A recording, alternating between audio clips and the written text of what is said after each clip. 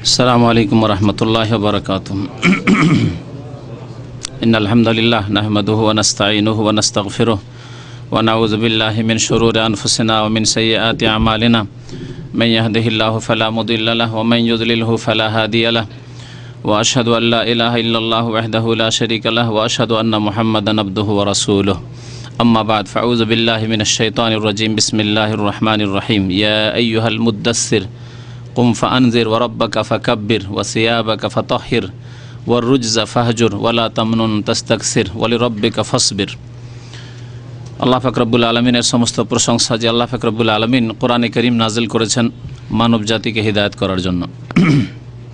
সালাতু সালাম নাজিল হোক আমাদের শেষ নবী মুহাম্মদুর রাসূলুল্লাহ সাল্লাল্লাহু আলাইহি সাল্লামের উপর, যিনি কোরআনে করিম মানব জাতি পর্যন্ত সুন্দররূপে পৌঁছে দিয়েছেন। আল্লাহুম্মা সাল্লি আলাইহি আল্লাহুম্মা বারিক আলাইহি। আজকে তাফসীর করব সূরা আল মুদ্দাসসিরের। এই সূরা নবী করিম সাল্লাল্লাহু আলাইহি সাল্লামের মক্কি জীবনে নাজিল হয়েছে, মক্কি সূরা, এবং নবী করিম সাল্লাল্লাহু আলাইহি সাল্লামের উপর কোরআনে করিমের প্রথম পর্ব যে নাজিল হয়েছিল তা হচ্ছে সূরায়ে কোন সূরার? সূরায়ে আলাকের প্রথম অংশ। পুরা সূরা আলাক নয়, সূরা আলাকের প্রথম অংশ। ইকরা বিসমি রব্বিকাল্লাযী খালাক খালাকাল ইনসানা মিন আলাক ইকরা ওয়া রাব্বুকাল আকরাম আল্লাযী আল্লামা বিল কলম আল্লামাল ইনসানা মা লাম ইয়ালাম, এই 5টি আয়াত। আর তারপরে কিছুদিনের জন্য ওহী বন্ধ হয়ে যায়। ওহী বন্ধ হওয়াকে বলা হয় ফাতরাতুল ওহী।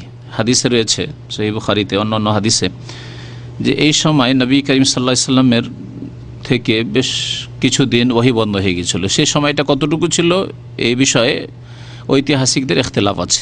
অল্প কয়েকদিন ছিল না বেশ কিছুদিন, মানে বছর বা তার বেশি ছিল, এ নিয়ে দুটি মত আছে।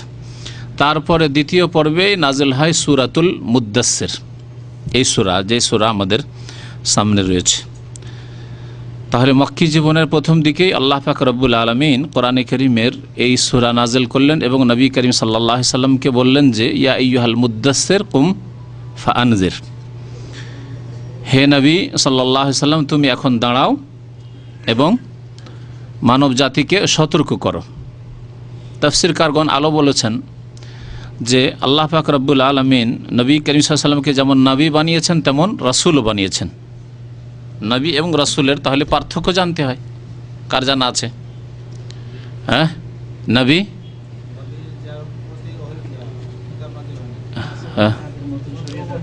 নতুন শরীয়ত এসছে, রাসূল। আর নবী যার কাছে ওহী তো এসেছে কিন্তু আগের শরীয়ত হিসাবেই করেছেন। যাই হোক, এই সংজ্ঞা নিয়ে একাধিক মত আছে। তাহলে প্রত্যেক রাসূল নবী, কিন্তু প্রত্যেক নবী রাসূল নন।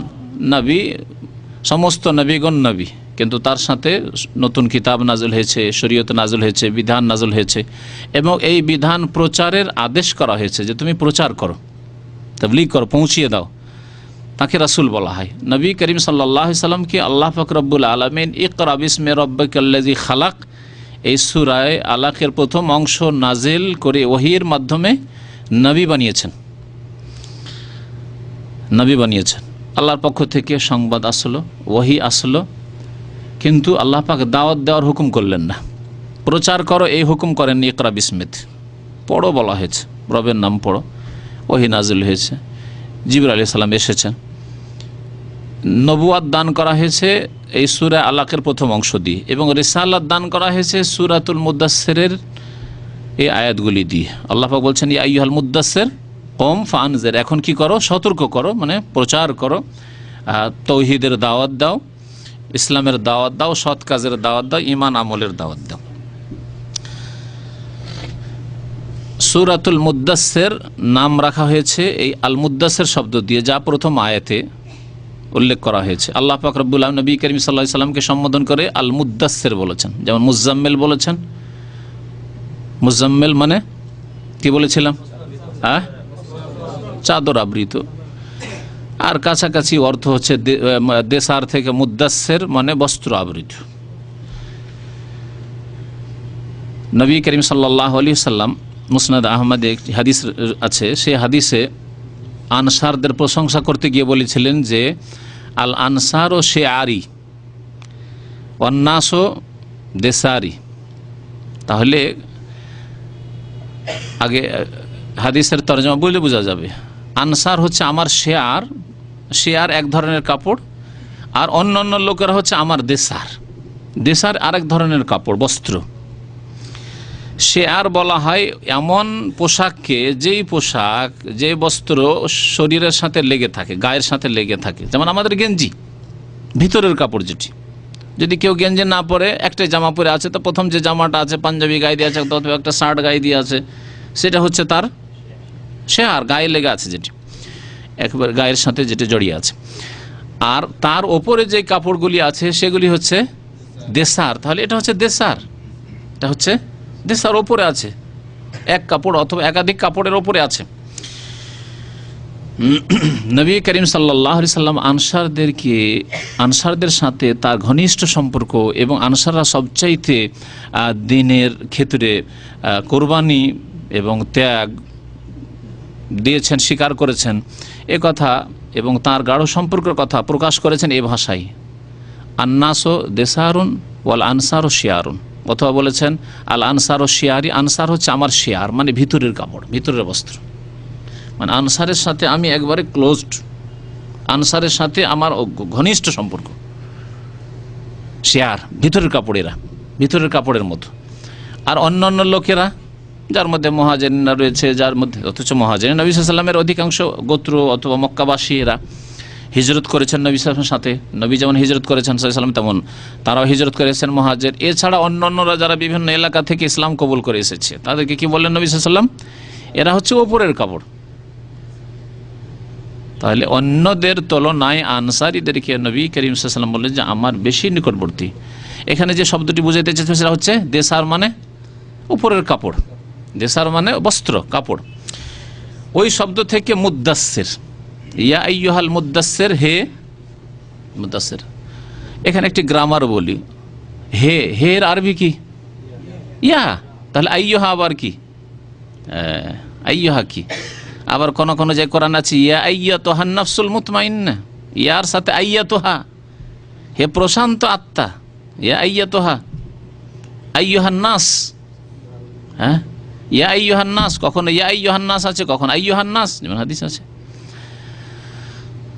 তাহলে ইয়া শব্দটি হচ্ছে হারফে নেদা, আহ্বান করার জন্য, ডাকার জন্য। ওর সাথে কখন আইয়ুহা লাগানো হয় মুজাক্কার হলে, যাকে সম্বোধন করছেন যদি পুরুষলিঙ্গ মুজাক্কার হয় তাহলে ইয়া আইয়ুহান নাস, যেমন ইয়া আইয়ুহার রাজুল, ইয়া আইয়ুহাল মুদ্দাসসির। আর যদি মুয়ান্নাসকে, স্ত্রীলিঙ্গকে সম্বোধন করা হয় তাহলে সেখানে বলা হয় আইয়াতুহা, যেমন ইয়া আইয়াতুহান নাফসুল মুতমাইন্না। যেহেতু নাফসে মুতমাইন্না, নাফস আরবিতে মুয়ান্নাস, স্ত্রীলিঙ্গ। যেমন কোনো মেয়েকে যদি ডাকেন, বা কোনো ইয়া আইয়াতুহাল বিনত, ইয়া আইয়াতুহাল বিনত, হে মেয়ে। ইয়া আইয়াতুহাল মারআ, হে মহিলা, আইয়াতুহা হবে। আবার আইয়ুহা কেন লাগবে? যেই মোনাদাতে আল লাগানো আছে তাতে আইয়ুহা বা আইয়াতুহা বাড়াইতে হবে। যেমন আর রাজুলকে ডাকছেন তো বলবেন ইয়া আইয়ুহার রাজুল। আল মারআতু বা আল বিনতুকে ডাকছেন তখন বলবেন ইয়া আইয়াতুহাল বিনতু, ইয়া আইয়াতুহাল মারআতু। এখানে আল মুদাসসিরকে আল্লাহ পাক সম্বোধন করে ডাকছেন, তখন বললেন ইয়া আইয়ুহাল মুদাসসির। ইয়া আইয়ুহান নাস, আর নাসকে ডাকলেন তখন ইয়া আইয়ুহান নাস। এইরকমই আল্লাযিনা দিয়ে যে আছে, বা আল্লাযী, ইয়া আইয়ুহাল্লাযিনা আমানু, আল্লাযীটা আলের মতো, আলিফ লামের মতো, সেজন্য আল্লাযিনা আমানু, ওর আগে কি আসবে? ইয়া আইয়ুহাল্লাযিনা আমানু। কিন্তু যখন নাকেরাকে ডাকবেন, মানে আল নেই, আলবিহীন যাকে ডাকছেন, আলবিহীন, যেমন রাজুলুনকে ডাকছেন তো কি বলবেন? ইয়া রাজুল। মুস্তাকিমকে ডাকছেন, ইয়া মুস্তাকিম। ইয়া আইয়ুহা যদি আল বলি তাহলে ইয়া আইয়ুহাল মুস্তাকিম হবে। মুবারাককে যদি ডাকি ইয়া মুবারাক, তাল, হে মুবারক। কিন্তু যদি আল মুবারাককে ডাকি তারপর ইয়া আইয়ুহাল মুবারাক। এ হচ্ছে আরবি গ্রামার। তো আল্লাহ পাক রব্বুল আলামিন বলছেন ইয়া আইয়ুহাল মুদ্দাসসির। আমরা গ্রামার সবগুলি এখানে আলোচনা করতে পারবো না, এবং জনসাধারণের জন্য গ্রামারে বেশি ফায়দাও নেই। তবে যারা আলেম বা কিছু মাদ্রাসায় পড়েছেন তাদের কিছু ফায়দা আছে। আর সব কিছু না যদি আমরা শিখতে পারি, তো কিছু যদি জানা থাকে তাহলে একটা অনুমান, আইডিয়া থাকবে যে এখানে ইয়ার সাথে আইয়ুহা কেন আসলো, অথচ কোনো জায়গায় আছে ইয়া দিয়ে, শুধু ইয়া দিয়ে আছে। ইয়া আইয়ুহাল মুদ্দাসসির, হে বস্ত্র আবৃত, অর্থাৎ নবী করিম সাল্লাল্লাহু আলাইহি সাল্লাম কোনো এক সময় বস্ত্র জড়িয়ে, চাদর জড়িয়েছিলেন। সেই সময় এর অবস্থাকে কেন্দ্র করে নবী করিম সাল্লাল্লাহু আলাইহি সাল্লামকে আল্লাহ পাক সম্বোধন করে বলছেন যে হে চাদর আবৃত, চাদর গায়ে দিয়ে বসে থাকলে হবে না। শীতকালে চাদর গায়ে দিয়ে যদি বসে থাকেন তো কাজ হবে? ডিউটিতে বেরোতে হলে চাদর টাদর সব খুলে বেরোতে হবে। হ্যাঁ, কম ফানজের, কম কামা ইয়াকুমো থেকে আমরের সেগা, কম মানে দাঁড়াও, দাঁড়াও, দাঁড়াও বাহ্যিক দাঁড়ানো হয়, আর দাঁড়াও মানে প্রস্তুতি নাও, দাঁড়াও মানে প্রস্তুতি নাও। ফা আনজের, অতপর, হ্যাঁ ফা মানে অতপর, আনজের, আনজের আমরের সেগা, আনজারা ইউনিজোর এনজার থেকে বা বিফাল থেকে, সতর্ক করো। ও রাব্বাকা ফাকাব্বির, এবং তোমার রবের তাকবীর পাঠ করো, মহত্ব ঘোষণা করো, বড়ত্ব ঘোষণা করো। তাকবীর পাঠ করা মানে আল্লাহ পাক রব্বুল আলামিন যে সব কিছুর চাইতে বড়, সবার চাইতে বড়, এই ঘোষণা করা, তাকবীর পাঠ করা। এই জন্য আল্লাহু আকবারকে কি বলা হচ্ছে? তাকবীর বলা হচ্ছে। এই সূরা নাজিল হওয়া সম্পর্কে বেশ কিছু হাদিস তাফসীরকারগণ উল্লেখ করেছেন। দু একটি হাদিস উল্লেখ করা যেতে পারে তাফসীর শুরু করার আগে। যেমন সহিহ বুখারী এবং মুসলিমে রয়েছে আবু সালামা রাদিয়াল্লাহু তাআলা আনহু থেকে, বলছেন যে জাবের ইবনে আব্দুল্লাহ বর্ণনা করছেন যে রাসূলুল্লাহ সাল্লাল্লাহু আলাইহি ওয়াসাল্লামের কাছ থেকে তিনি শুনেছেন, ইউহাদ্দিসু আন ফাতরাতিল ওয়াহি, মধ্যখানে একবার ওয়াহি বন্ধ হয়ে গিয়েছিল, এই ঘটনা তিনি বর্ণনা করছিলেন। আর সেই হাদিসে বললেন, সংক্ষেপ করা হয়েছে, ফাবাইনা আনা আমশি, নবী সাল্লাল্লাহু বলছেন যে আমি রাস্তা দিয়ে চলছিলাম, এই যে সামিয়াতু সাওতাম মিনাস সামায়, হঠাৎ করে আকাশ থেকে যেন একটি আওয়াজ আসছে, আওয়াজ শুনতে পেলাম। ফারাফাতু বাসারি কিবালাস সামা, তখন আকাশের দিকে, স্বাভাবিক আওয়াজ শুনলে মানুষ ওপর দিকে চেয়ে দেখে, যেমন আমরা জাহাজের, ছোটোকালে বিশেষ করে, আজকাল তো জাহাজ দেখি আর চড়ে তো মন ভরে গেছে আপনাদের, কিন্তু মনে আছে ছোটোকালে যদি এলাকাতে জাহাজের একটু আওয়াজ শুনেছি তো দেখার জন্য পাগল, কোন দিকে রে, কোন দিকে রে, কোন দিকে, আকাশে দেখতে পাই না, মেঘলা আকাশ, তারপর কত চেষ্টা দেখার জন্য। নবী করিম সাল্লাল্লাহু আলাইহি সাল্লাম আকাশের দিকে চেয়ে দেখলেন, ফাইজাল মালাক, দেখলেন ফেরেশতা, আকাশ থেকে একটি আওয়াজ হচ্ছে এবং ফেরেশতা নেমে আসছেন। মালাক আল্লাযী জাআনি বিহিরা, যেই ফেরেশতা এর পূর্বে হেরা গুহায় আগমন করেছিলেন।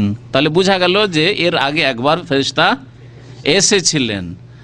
এতে এও বোঝা গেল যে যে আয়াত নাযিল হতে যাচ্ছে তার আগে হেরাতে আয়াত নাযিল হয়েছে, মানে ফেরেশতা এসেছেন, ফেরেশতাকে নবী সাল্লাল্লাহু আলাইহি ওয়াসাল্লাম দেখেছেন, মানে ইকরা বিসমি নিয়ে এসেছিলেন ফেরেশতা এর আগে, যে একটু আগে বলছিলাম।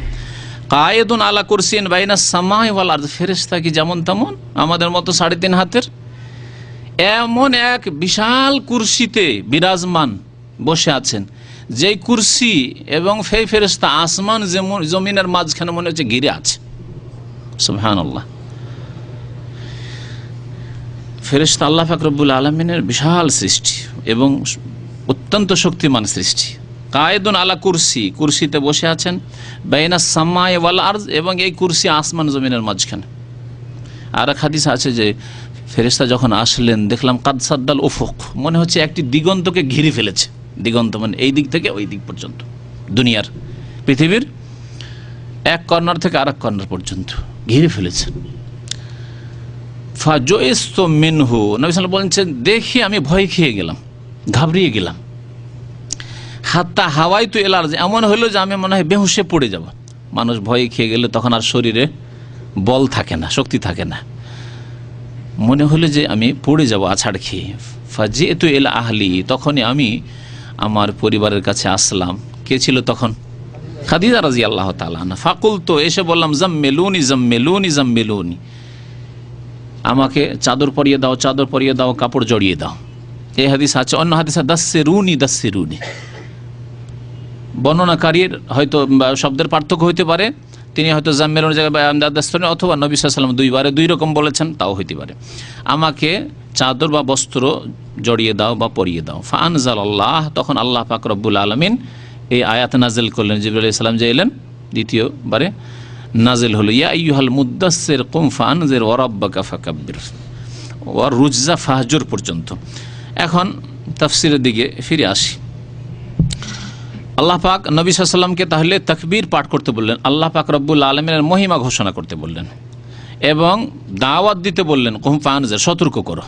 জাহান্নামের রাস্তা থেকে সতর্ক করো, পাপ থেকে সতর্ক করো, হারাম থেকে, অন্যায় থেকে, শিরক থেকে, কুফরি থেকে সতর্ক করো।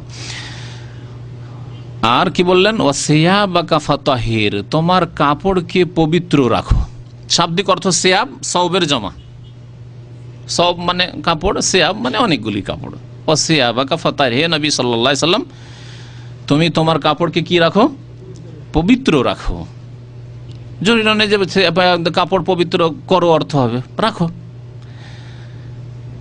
কোন কাফের, ইসলামের শত্রু এই আয়াতকে নিয়ে প্রশ্ন তুলল যে তোমাদের নবী নাপাক থাকতো। দলিল বলছে যে কোরআনে বলছে সিয়াবাকা ফাতাহির, তোমার কাপড় পবিত্র করো, তাহলে বোঝা গেল যে কাপড় নাপাক আছে। সামনে দিয়ে গিয়ে আসেন,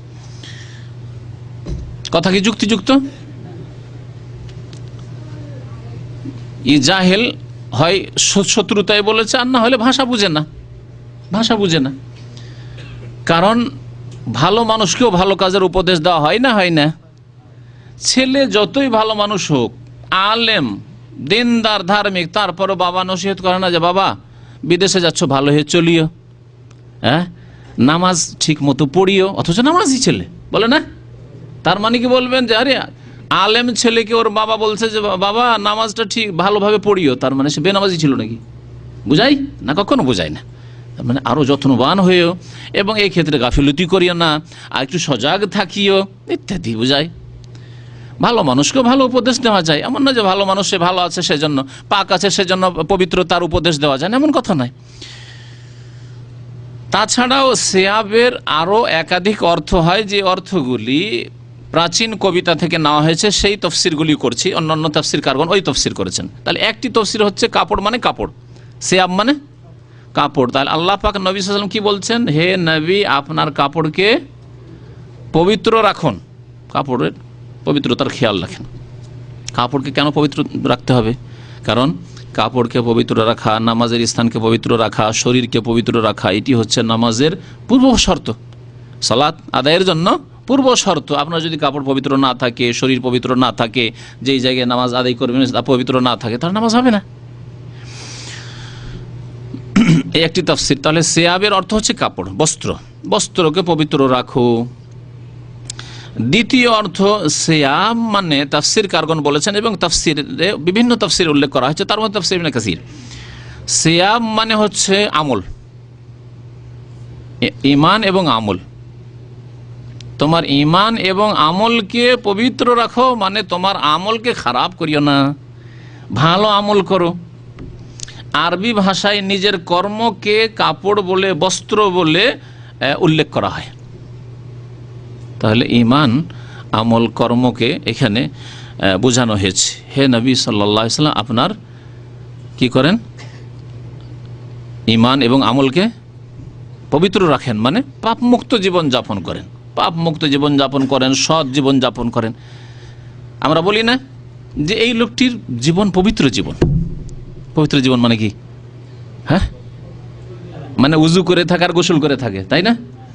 হ্যাঁ, পবিত্র জীবন মানে পাপমুক্ত জীবন, খুব পবিত্র মানুষ, পুত পবিত্র মানুষ, মানে গুনাহ করে না, পাপ করে না, অন্যায় কাজ করে না, কারোর জুলুম করে না, আল্লাহর ফরজ ওয়াজিব তরক করে না, নেক মানুষ, এই বুঝায়।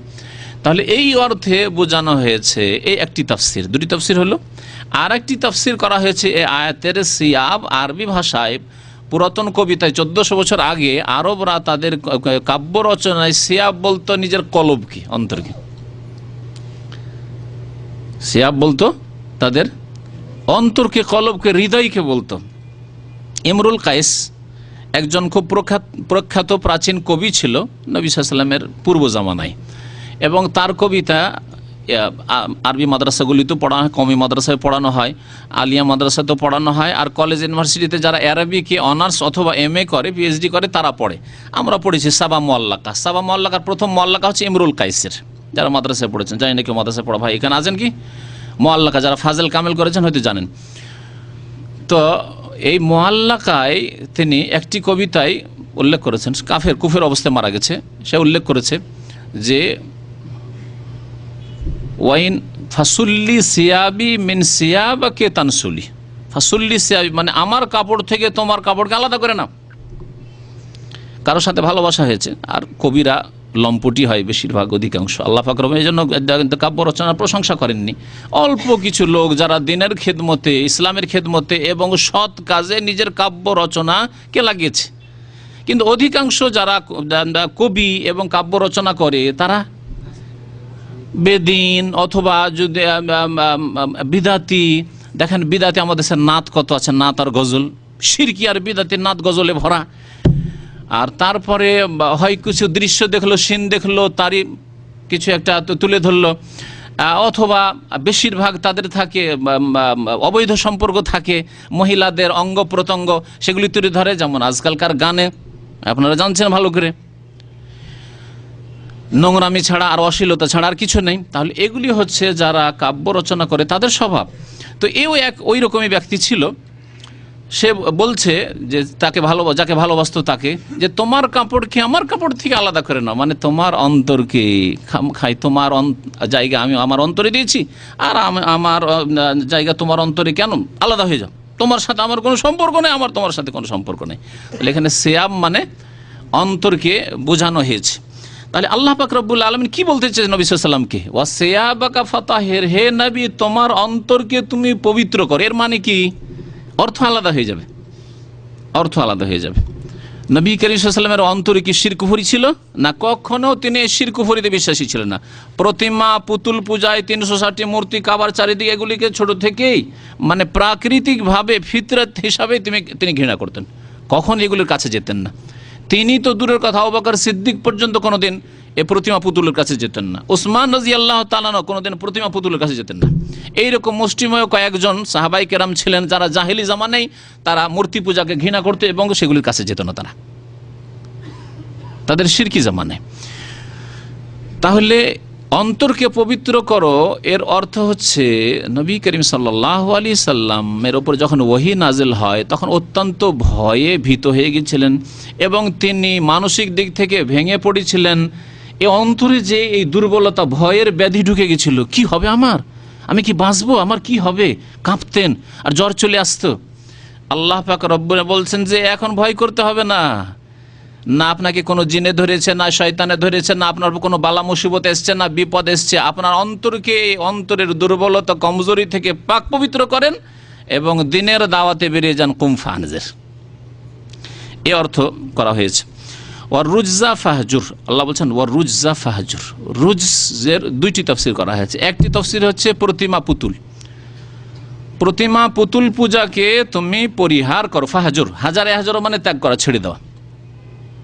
এনে কথা বন্ধ করাকে হাজারা বলা হয়েছে। লা ইয়াহিল্লু লিল মুসলিমিন আন ইয়াহজুরা আখাহু ফাওকা সালাসিন, কোন মুসলিমের জন্য হালাল নাই যে 3 দিনের বেশি কারো সাথে কথা বন্ধ করবে।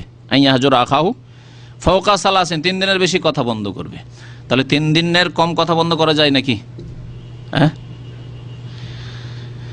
3 দিনের, হ্যাঁ অনুমতি 3 দিনের কম হলে অনুমতি দেওয়া হয়েছে রাগ ঠান্ডা করার জন্য। যদি খুব বেশি গরম হয়ে যান তো 1 দিন 2 দিনের মধ্যে ঠান্ডা করে আসেন। ঠান্ডা না হলে তো হঠাৎ করে মেলা যায় না, আবার অনেক সময় এরকম হয়। 3 দিনের বেশি চলবে না। এত আপনার টেম্পার উঠেছে যে গরম আর নামে না, 6 মাস 1 বছর হয়েছে, তারপর রাস্তায় দেখলে এই দিক থেকে এইদিকে দেখলে ওই দিকে টান না, খবরদার এমন যেন না হয়, মিলতে হবে।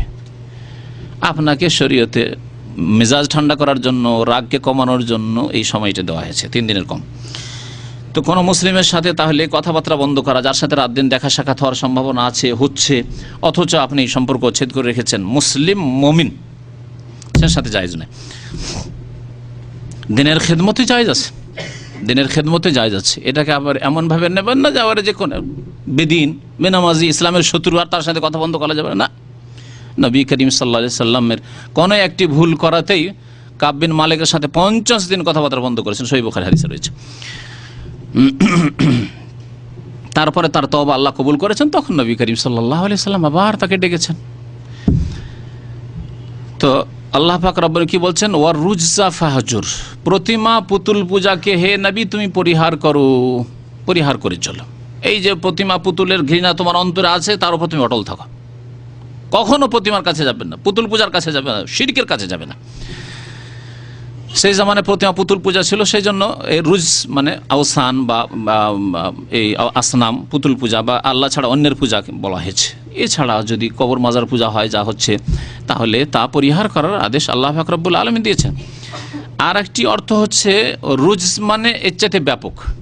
রুজস মানে যে কোনো অনিষ্ট, যে কোনো পাপ কাজ, অনিষ্টকে উদ্দেশ্য করা হয়েছে। তাহলে কি অর্থ হবে?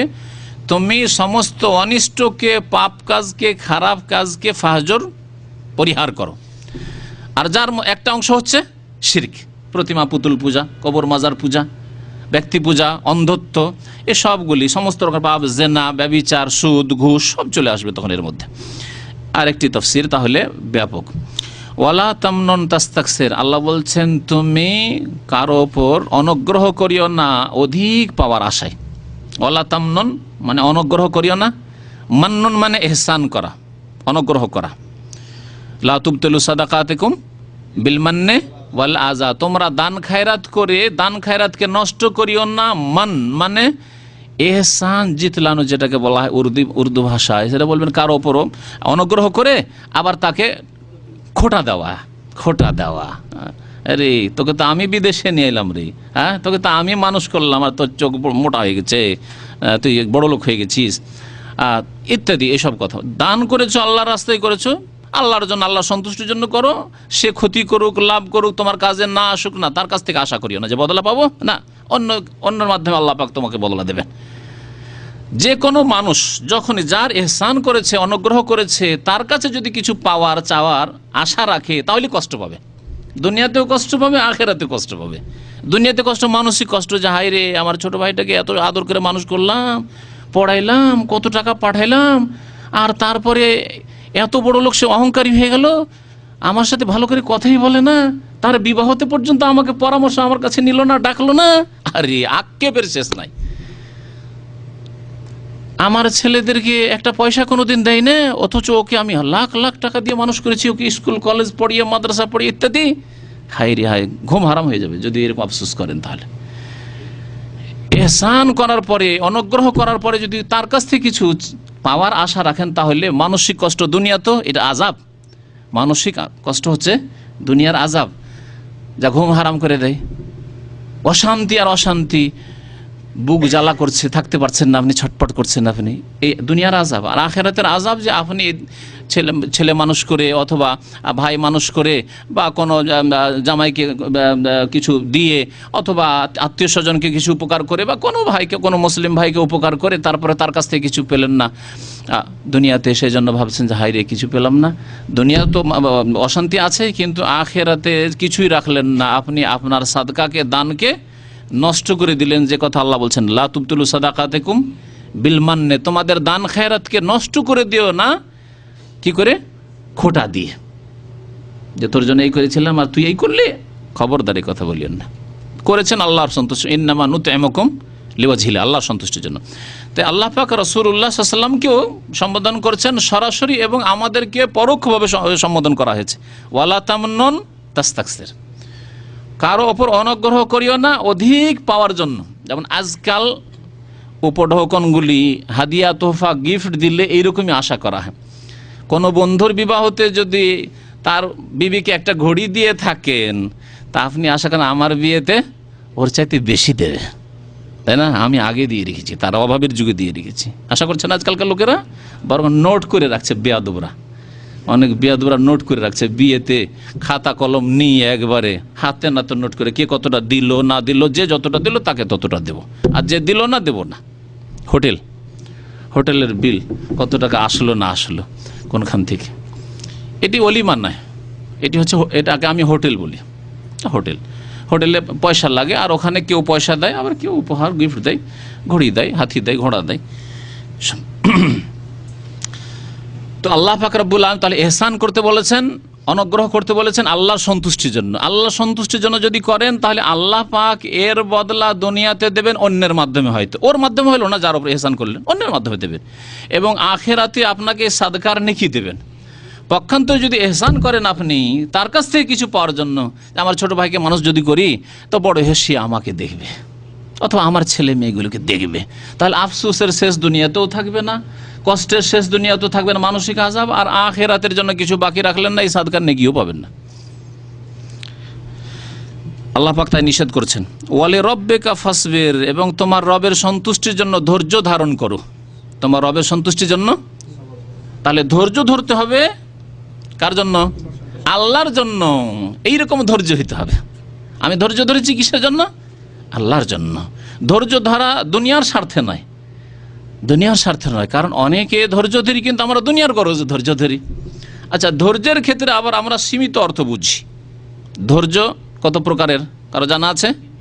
3 প্রকার। এই দেখেন, 1-2 জন বলছেন, কারণ যারা নিয়মিত দর্শে আসেন তারা বলতে পারছেন, কারণ এই আলোচনাগুলি মাঝে মাঝেই তো হয়, 6 মাসে 1 বছর আসলে নিশ্চয়ই আপনি ধৈর্যের ওপর আলোচনাতে শুনেছেন। ধৈর্য তাহলে শুধু 1 প্রকার নয়, কিন্তু আমাদের জাতি অথবা সাধারণ মানুষ যারা মোটা খায় মোটা বুঝে অল্প বুঝে, তারা ধৈর্য মানে বিপদ আপদে বালা মুসিবতে, কেউ মারা গেলে, কারো হতাহত হলে, কারো অ্যাক্সিডেন্ট হলে, বা নিজের কিছু হলে, নিজে অসুস্থ হলে ধৈর্য ধরা, এক কথায় বালা মুসিবতে ধৈর্য ধরায় আমরা বুঝি, শুধু এর বেশি আর কিছু বুঝি না। এটা হচ্ছে 1 প্রকারের ধৈর্য। আপনার মনের উল্টা কিছু হইল বালা মুসিবত, যত বালা মুসিবত বিপদ আপদ সবগুলি মনের উল্টো, তাই না? আপনি কি চান যে আপনি আহত হন? আপনি কি চান যে আপনার দুর্ঘটনা হোক? আপনি কি চান যে আপনার কেউ মারা যাক আপনজন? যদিও মারা যাবে অবশ্যই, কিন্তু চান না। তারপর না, থাক থাক, আরো কিছুদিন থাক, আরো কিছুদিন থাক। তো মনের উল্টো যেগুলি হয়, এই ক্ষেত্রে বালা মুসিবতের ক্ষেত্রে ধৈর্য ধারণ করা আমরা বুঝি, এটি হচ্ছে 1 প্রকারের সবর। আর আরেক প্রকারের সবর হচ্ছে আসসাবরু আলা তাআতিল্লাহ, আল্লাহর আনুগত্যের ওপর, নেকির ওপর, ফরজ অজেব আদায় করার ওপর কি থাকা, দিনের ওপর অটলতার ক্ষেত্রে ধৈর্য ধারণ করা। ধৈর্য, এর উপরে ধৈর্যর প্রয়োজন আছে। ধৈর্য ছাড়া খাঁটি নামাজি হতে পারে না। ধৈর্য ছাড়া খাঁটি নামাজি হতে পারে না। দেখেন, অনেকে নামাজ ধরে রমজান মাসে, কিন্তু অধৈর্য, ধৈর্য হারা নামাজি, ধৈর্য হারা। রমজানে নামাজ পড়লো, রমজান পরে 10-20 দিন চালালো, তারপর আবার শেষ, তাই না? এরা অধৈর্য, ধৈর্য ধরলো না। বলে রব্বিকা, তোমার রবের সন্তুষ্টির জন্য ইবাদত বন্দেগীর ওপর, আল্লাহর আনুগত্যের ওপর, নেক আমলের ওপর অটল হও। ধৈর্য ধরা মানে অটলতা। যে ব্যক্তি ধৈর্যশীল হবে সে ঠান্ডার সময় নামাজ পড়বে, শীতের সময় নামাজ পড়বে, আর গরমের সময় নামাজ পড়বে। দুপুরের গরমে গরম পানি দিয়ে ওযু করবে, আর শীতের সময় পৌষ মাঘ মাসে ঠান্ডা পানিতে ওযু করবে, গোসল করবে, নামাজ পড়বে। ধৈর্য ধারণকারী। তাহলে নেকির কাজে ধৈর্য ধারণ করা হচ্ছে 1 রকমের ধৈর্য। আর আরেক রকমের ধৈর্য হচ্ছে, এটা তো হয়ে গেছে, বালা মুসিবতের ধৈর্য ধরা হয়ে গেছে। আরেকটি হচ্ছে আসসাবরু আন মাসিয়াতিল্লাহ, আল্লাহ পাকের নাফরমানির কাজ, গুনহার কাজ থেকে বেঁচে থাকার ক্ষেত্রে ধৈর্য ধারণ করা। এই ধৈর্য অত্যন্ত গুরুত্বপূর্ণ। মানি ব্যাগ পড়ে আছে আর দেখছেন 500 টাকার নোট, 5 থেকে 10,000 রিয়াল, এখান থেকে উঠে যাচ্ছেন খাওয়া দাওয়া করে, দেখতে পাচ্ছেন টাকা। ধৈর্যের প্রয়োজন আছে এই গুনাহ থেকে বাঁচতে হলে, তাই না? ধৈর্যের প্রয়োজন আছে। কি করবেন যদি ধৈর্য ধারণ করেন? তাহলে আমার 5,000 10,000 হারাম দরকার নেই, আমার হালাল রিজিক 500 টাকা বেতনই যথেষ্ট। নিয়ে এসে মানি ব্যাগটা নিয়ে এসে এখানে বলবেন যে কোনো ভাইয়ের মানি ব্যাগ পড়ে গেছে, একটু এলান করে দেন, ঘোষণা করে দেন, তাই না? হ্যাঁ, ধৈর্য। দেখেন ধৈর্য। বক্স ভর্তি, কোন এক ভাই বক্স ভর্তি টাকা, কয়েক লক্ষ রিয়াল ব্রিফ কেস ভর্তি আছে টাকায় পেয়েছিল, এখানকার ঘটনা। তারপরে ফিরিয়ে দিয়েছে। ধৈর্যের প্রয়োজন রয়েছে। আর যার ধৈর্য নেই, ধৈর্য হারা, লোভ সামলানো যায় রে বাবা। এই বক্স ভর্তি করতে আমার সারা জীবন যদি সৌদি আরবে থাকে তাও হবে না। 10 লক্ষ 20 লক্ষ রিয়াল আমার ক্ষমতা নেই যে একটা ব্যাগ নিয়ে টান দে, চল দিলেন, টান দেশে চলে গেলেন। অধিকাংশ মানুষ বক্স ভর্তি দূরের কথা, 2-4-5 হাজার রিয়াল কারো কাছে ভিসার নামে নিল, কার কাছে কিসের নামে ধারের নামে নিল, আর টান দিয়ে চলে গেল। ধৈর্য যার আছে সেই ব্যক্তি হারাম থেকে বেঁচে থাকবে। এই 1 টাকা পয়সার ক্ষেত্রে ধৈর্য, এইরকমই নারী জাতির ক্ষেত্রে ধৈর্যের প্রয়োজন আছে। বিবেনায় কাছে আর রাস্তায় এটা খাদেমা বসে আছে, অসহায় অবস্থায় বসে আছে, কান্নাকাটি করছে। আর এক শয়তান গেল, আর যাওয়ার পর বলছে চলো তোমাকে কাজ দেবো, 1,000 রিয়াল বেতন, তোমাকে কাজ দেবো। আর কাজ দেওয়ার নামে ওকে উঠিয়ে নিয়ে গিয়ে ব্যাচেলার রুমে নিয়ে গিয়ে লুকিয়ে রেখে দিল বছর কে বছর। বছরকে বছর। আর তারপরে ধরা পড়েছে 1 বছর পরে, কেউ 2 বছর পরে, 3 বছর পরে। এই একটি ঘটনা, বহু ঘটনা ঘটেছে আর ঘটতে আছে। বরং এক শ্রেণীর লোক আছে এই ব্যবসায় করছে, একটা এখান থেকে জমা করলো, আরেকটা আর কোনো জায়গা থেকে বললো, আরেকটা কোনো জায়গা থেকে, তারপরে 91-এর এক বিল্ডিংয়ে 5টি 7টি মহিলাকে কেমন করে যে জমা করেছে আল্লাহ পাক জানে। আর ধরা পড়েছে। দাম্মাম কোর্টে গিয়ে ওই অপরাধীদের সাথে সাক্ষাৎ। বেতন, তার কফিলের বেতন মাত্র 1000 রিয়াল। আর 18,000 রিয়াল দিয়ে সে বিল্ডিং ভাড়া নিয়ে রেখেছে 91-এ, 18,000 রিয়াল দিয়ে। আমি তাকে বললাম যে আমার ক্ষমতা নেই যে 18,000 রিয়াল দিয়ে, বাৎসরিক 18,000 দিয়ে আমি ঘর ভাড়া নিয়ে আমার ছেলে মেয়েকে নিয়ে থাকবো। তুমি 1000 বেতন নেই, কী করে 18,000 রিয়াল দিয়ে তুমি বিল্ডিং ভাড়া নিতে পারো? স্বীকার করছে না, যেহেতু অপরাধ। না না না না, আমার কোনো সম্পর্ক নেই এইসব অপরাধের সাথে। তখন বললাম যে কোথা থেকে তোমার টাকা আসে? তোমার বাবা দেশ থেকে পাঠায় এখানে 18,000 রিয়াল দিয়ে ঘর ভাড়া নেওয়ার জন্য। এই যে ধৈর্য না থাকার কারণে এরা পাপে ডুবে আছে। ধৈর্য ধারণ করতে পারলো না। পেয়ে গেছি এক অসহায় মহিলাকে, একটা প্রলোভন দিয়ে তোমাকে চাকরি দেবো, দিয়ে উঠিয়ে নিয়ে যেতে পারবো। কিন্তু যার ধৈর্য আছে সেই ব্যক্তি এই ক্ষেত্রে যদি কোনো সহযোগিতা করতে পারে তাহলে আইনসঙ্গত সহযোগিতা করবে, আর যদি না পারে তাহলে সে সেখান থেকে বেঁচে থাকবে, নিজেকে পাপ থেকে বাঁচিয়ে রাখবে। তো এইভাবে 3 রকমের ধৈর্যের নাম হচ্ছে দিন ইসলাম। যার মধ্যে এই 3 প্রকারের ধৈর্য আছে তার মধ্যে পূর্ণাঙ্গ দিন আছে। ওয়ালি রাব্বিকা ফাসবির, তোমার রবের উদ্দেশ্যে ধৈর্য ধারণ করো। এইরকমই দাওয়াতের ক্ষেত্রে ধৈর্য ধারণের প্রয়োজন আছে। আপনি দিনের দাওয়াত দিতে গেলেন, 1বার 2বার বললেন, 3বারের পর বলছেন না না একে বলার দরকার নেই, একে 50 বার, 3বার বললে বলবেন 50 বার বলেছি নামাজের কথা। হ্যাঁ, আর যদি বিদাতি এলাকায় যান, যে কবর মাজার পূজারি এলাকায় যদি যান, তো গিয়ে ওখানে দেখছেন যে আমি একাই রে বাবা, কি বলতে যাব, দরকার নেই, যে যা করছে করুক, যাক জাহান্নামে যাক, কিছু বলবো না। অথচ আপনি বলতে পারতেন, যদি বলতে না পারেন, এল মতটুকু নাই, তাহলে আপনি কিছু কিতাব দিতে পারতেন, কিছু ইসলামিক ক্যাসেট, সিডি ইত্যাদির মাধ্যমে দাওয়াতি কাজ করতে পারতেন। কিন্তু না, এই ক্ষেত্রে আপনি ধৈর্য ধরলেন না। এটি হচ্ছে আল্লাহর আনুগত্যের কাজ, আল্লাহর সন্তুষ্টির কাজ। সুতরাং এই ক্ষেত্রে ধৈর্যের প্রয়োজন রয়েছে। ওয়ালি রাব্বিকা, আল্লাহ পাক নবীকে বলছেন তোমার রবের সন্তুষ্টির জন্য ধৈর্য ধারণ করো। কে কি বলছে? কে অসন্তুষ্ট হয়ে যাবে দিনের দাওয়াত দিলে, লা ইলাহা ইল্লাল্লাহ বললে, আল্লাহ ছাড়া অন্যের ইবাদত করিও না, এই দাওয়াত দিলে, নেক আমলের দাওয়াত দিলে এই পরোয়া করিও না, ধৈর্য ধারণ করো। ফাইদা নকেরা ফিন নাকুর, সুতরাং যখন সিংগায় ফুৎকার, নাকুর মানে সুর, সিংগায় যখন ফুৎকার দেওয়া হবে, কখন? কিয়ামতের দিনে। কয়টি ফুঁক দেওয়া হবে? 3টি, 2টির ইখতিলাফ আছে তাফসীরকারদের, কিন্তু এই ক্ষেত্রে সঠিক হচ্ছে 3টি। কারণ আল্লাহ পাক রব্বুল আলামিন 3 রকমের সিংগায় ফুৎকারের কথা উল্লেখ করেছেন, বাকি আল্লাহ ভালো জানেন। ফাযালিকা ইয়াউমাইযিন ইয়াউমুন আসির, এই দিন অত্যন্ত কঠিন দিন হবে। যেই দিন সিংগায় ফুৎকার দেওয়া হবে সেই দিন এত সহজ নয় যে আরাফার মাঠ, যাক একটু ভিড়ভাড় আছে আর কি, না, এত সহজ বিষয় নয়। বিশেষ করে আলাল কাফিরিনা গায়রু ইয়াসির, কাফেরদের জন্য অত্যন্ত কঠিন। কাফেরদের জন্য গায়রু ইয়াসির মানে সহজ নয়, মানে বড়ই মুশকিল। তাহলে কাফেরদের জন্য যখন বড়ই মুশকিল, তাহলে মুমিন মুসলিম সৎকর্মশীলদের জন্য না অত মুশকিল নয়, তাদের জন্য হিসাবা ইয়াসিরা হবে। ফাআম্মা মান উতিয়া কিতাবাহু বিয়ামিনিহি ফাসাওফা ইউহাসাবু হিসাবা ইয়াসির। আল্লাহ পাক বলছেন যাদের ডান হাতে আমলনামা দেওয়া হবে, আর তারা হচ্ছে মুমিন সৎকর্মশীল। এমন নয় যে জাতিতে মুসলিম বেনামাজি আবার ডান হাতে আমলনামা, নাকি? হ্যাঁ, জাতিতে মুসলিম আবার সুদ খায়, ঘুষ খায়, বেঈমানি করে, আত্মসাৎ করে, রোজা রাখে না, জাকাত দেয় না, আবার ডান হাতে আমলনামা দেওয়া হবে নাকি? না, ওই দেশি তরিকায় মুসলিম বুঝবেন না। মুসলিম মানে যে বিশ্বাসে মুসলিম আর আমলে মুসলিম, সে মুমিন। তো মুমিনদের ডান হাতে দেওয়া হবে ফাসাওফা ইউহাসাবু হিসাবান ইয়াসিরা, তাদের সহজ হিসাব হবে। কিন্তু আলাল কাফিরিনা গায়রু ইয়াসির, কাফেরদের জন্য সহজ নয়।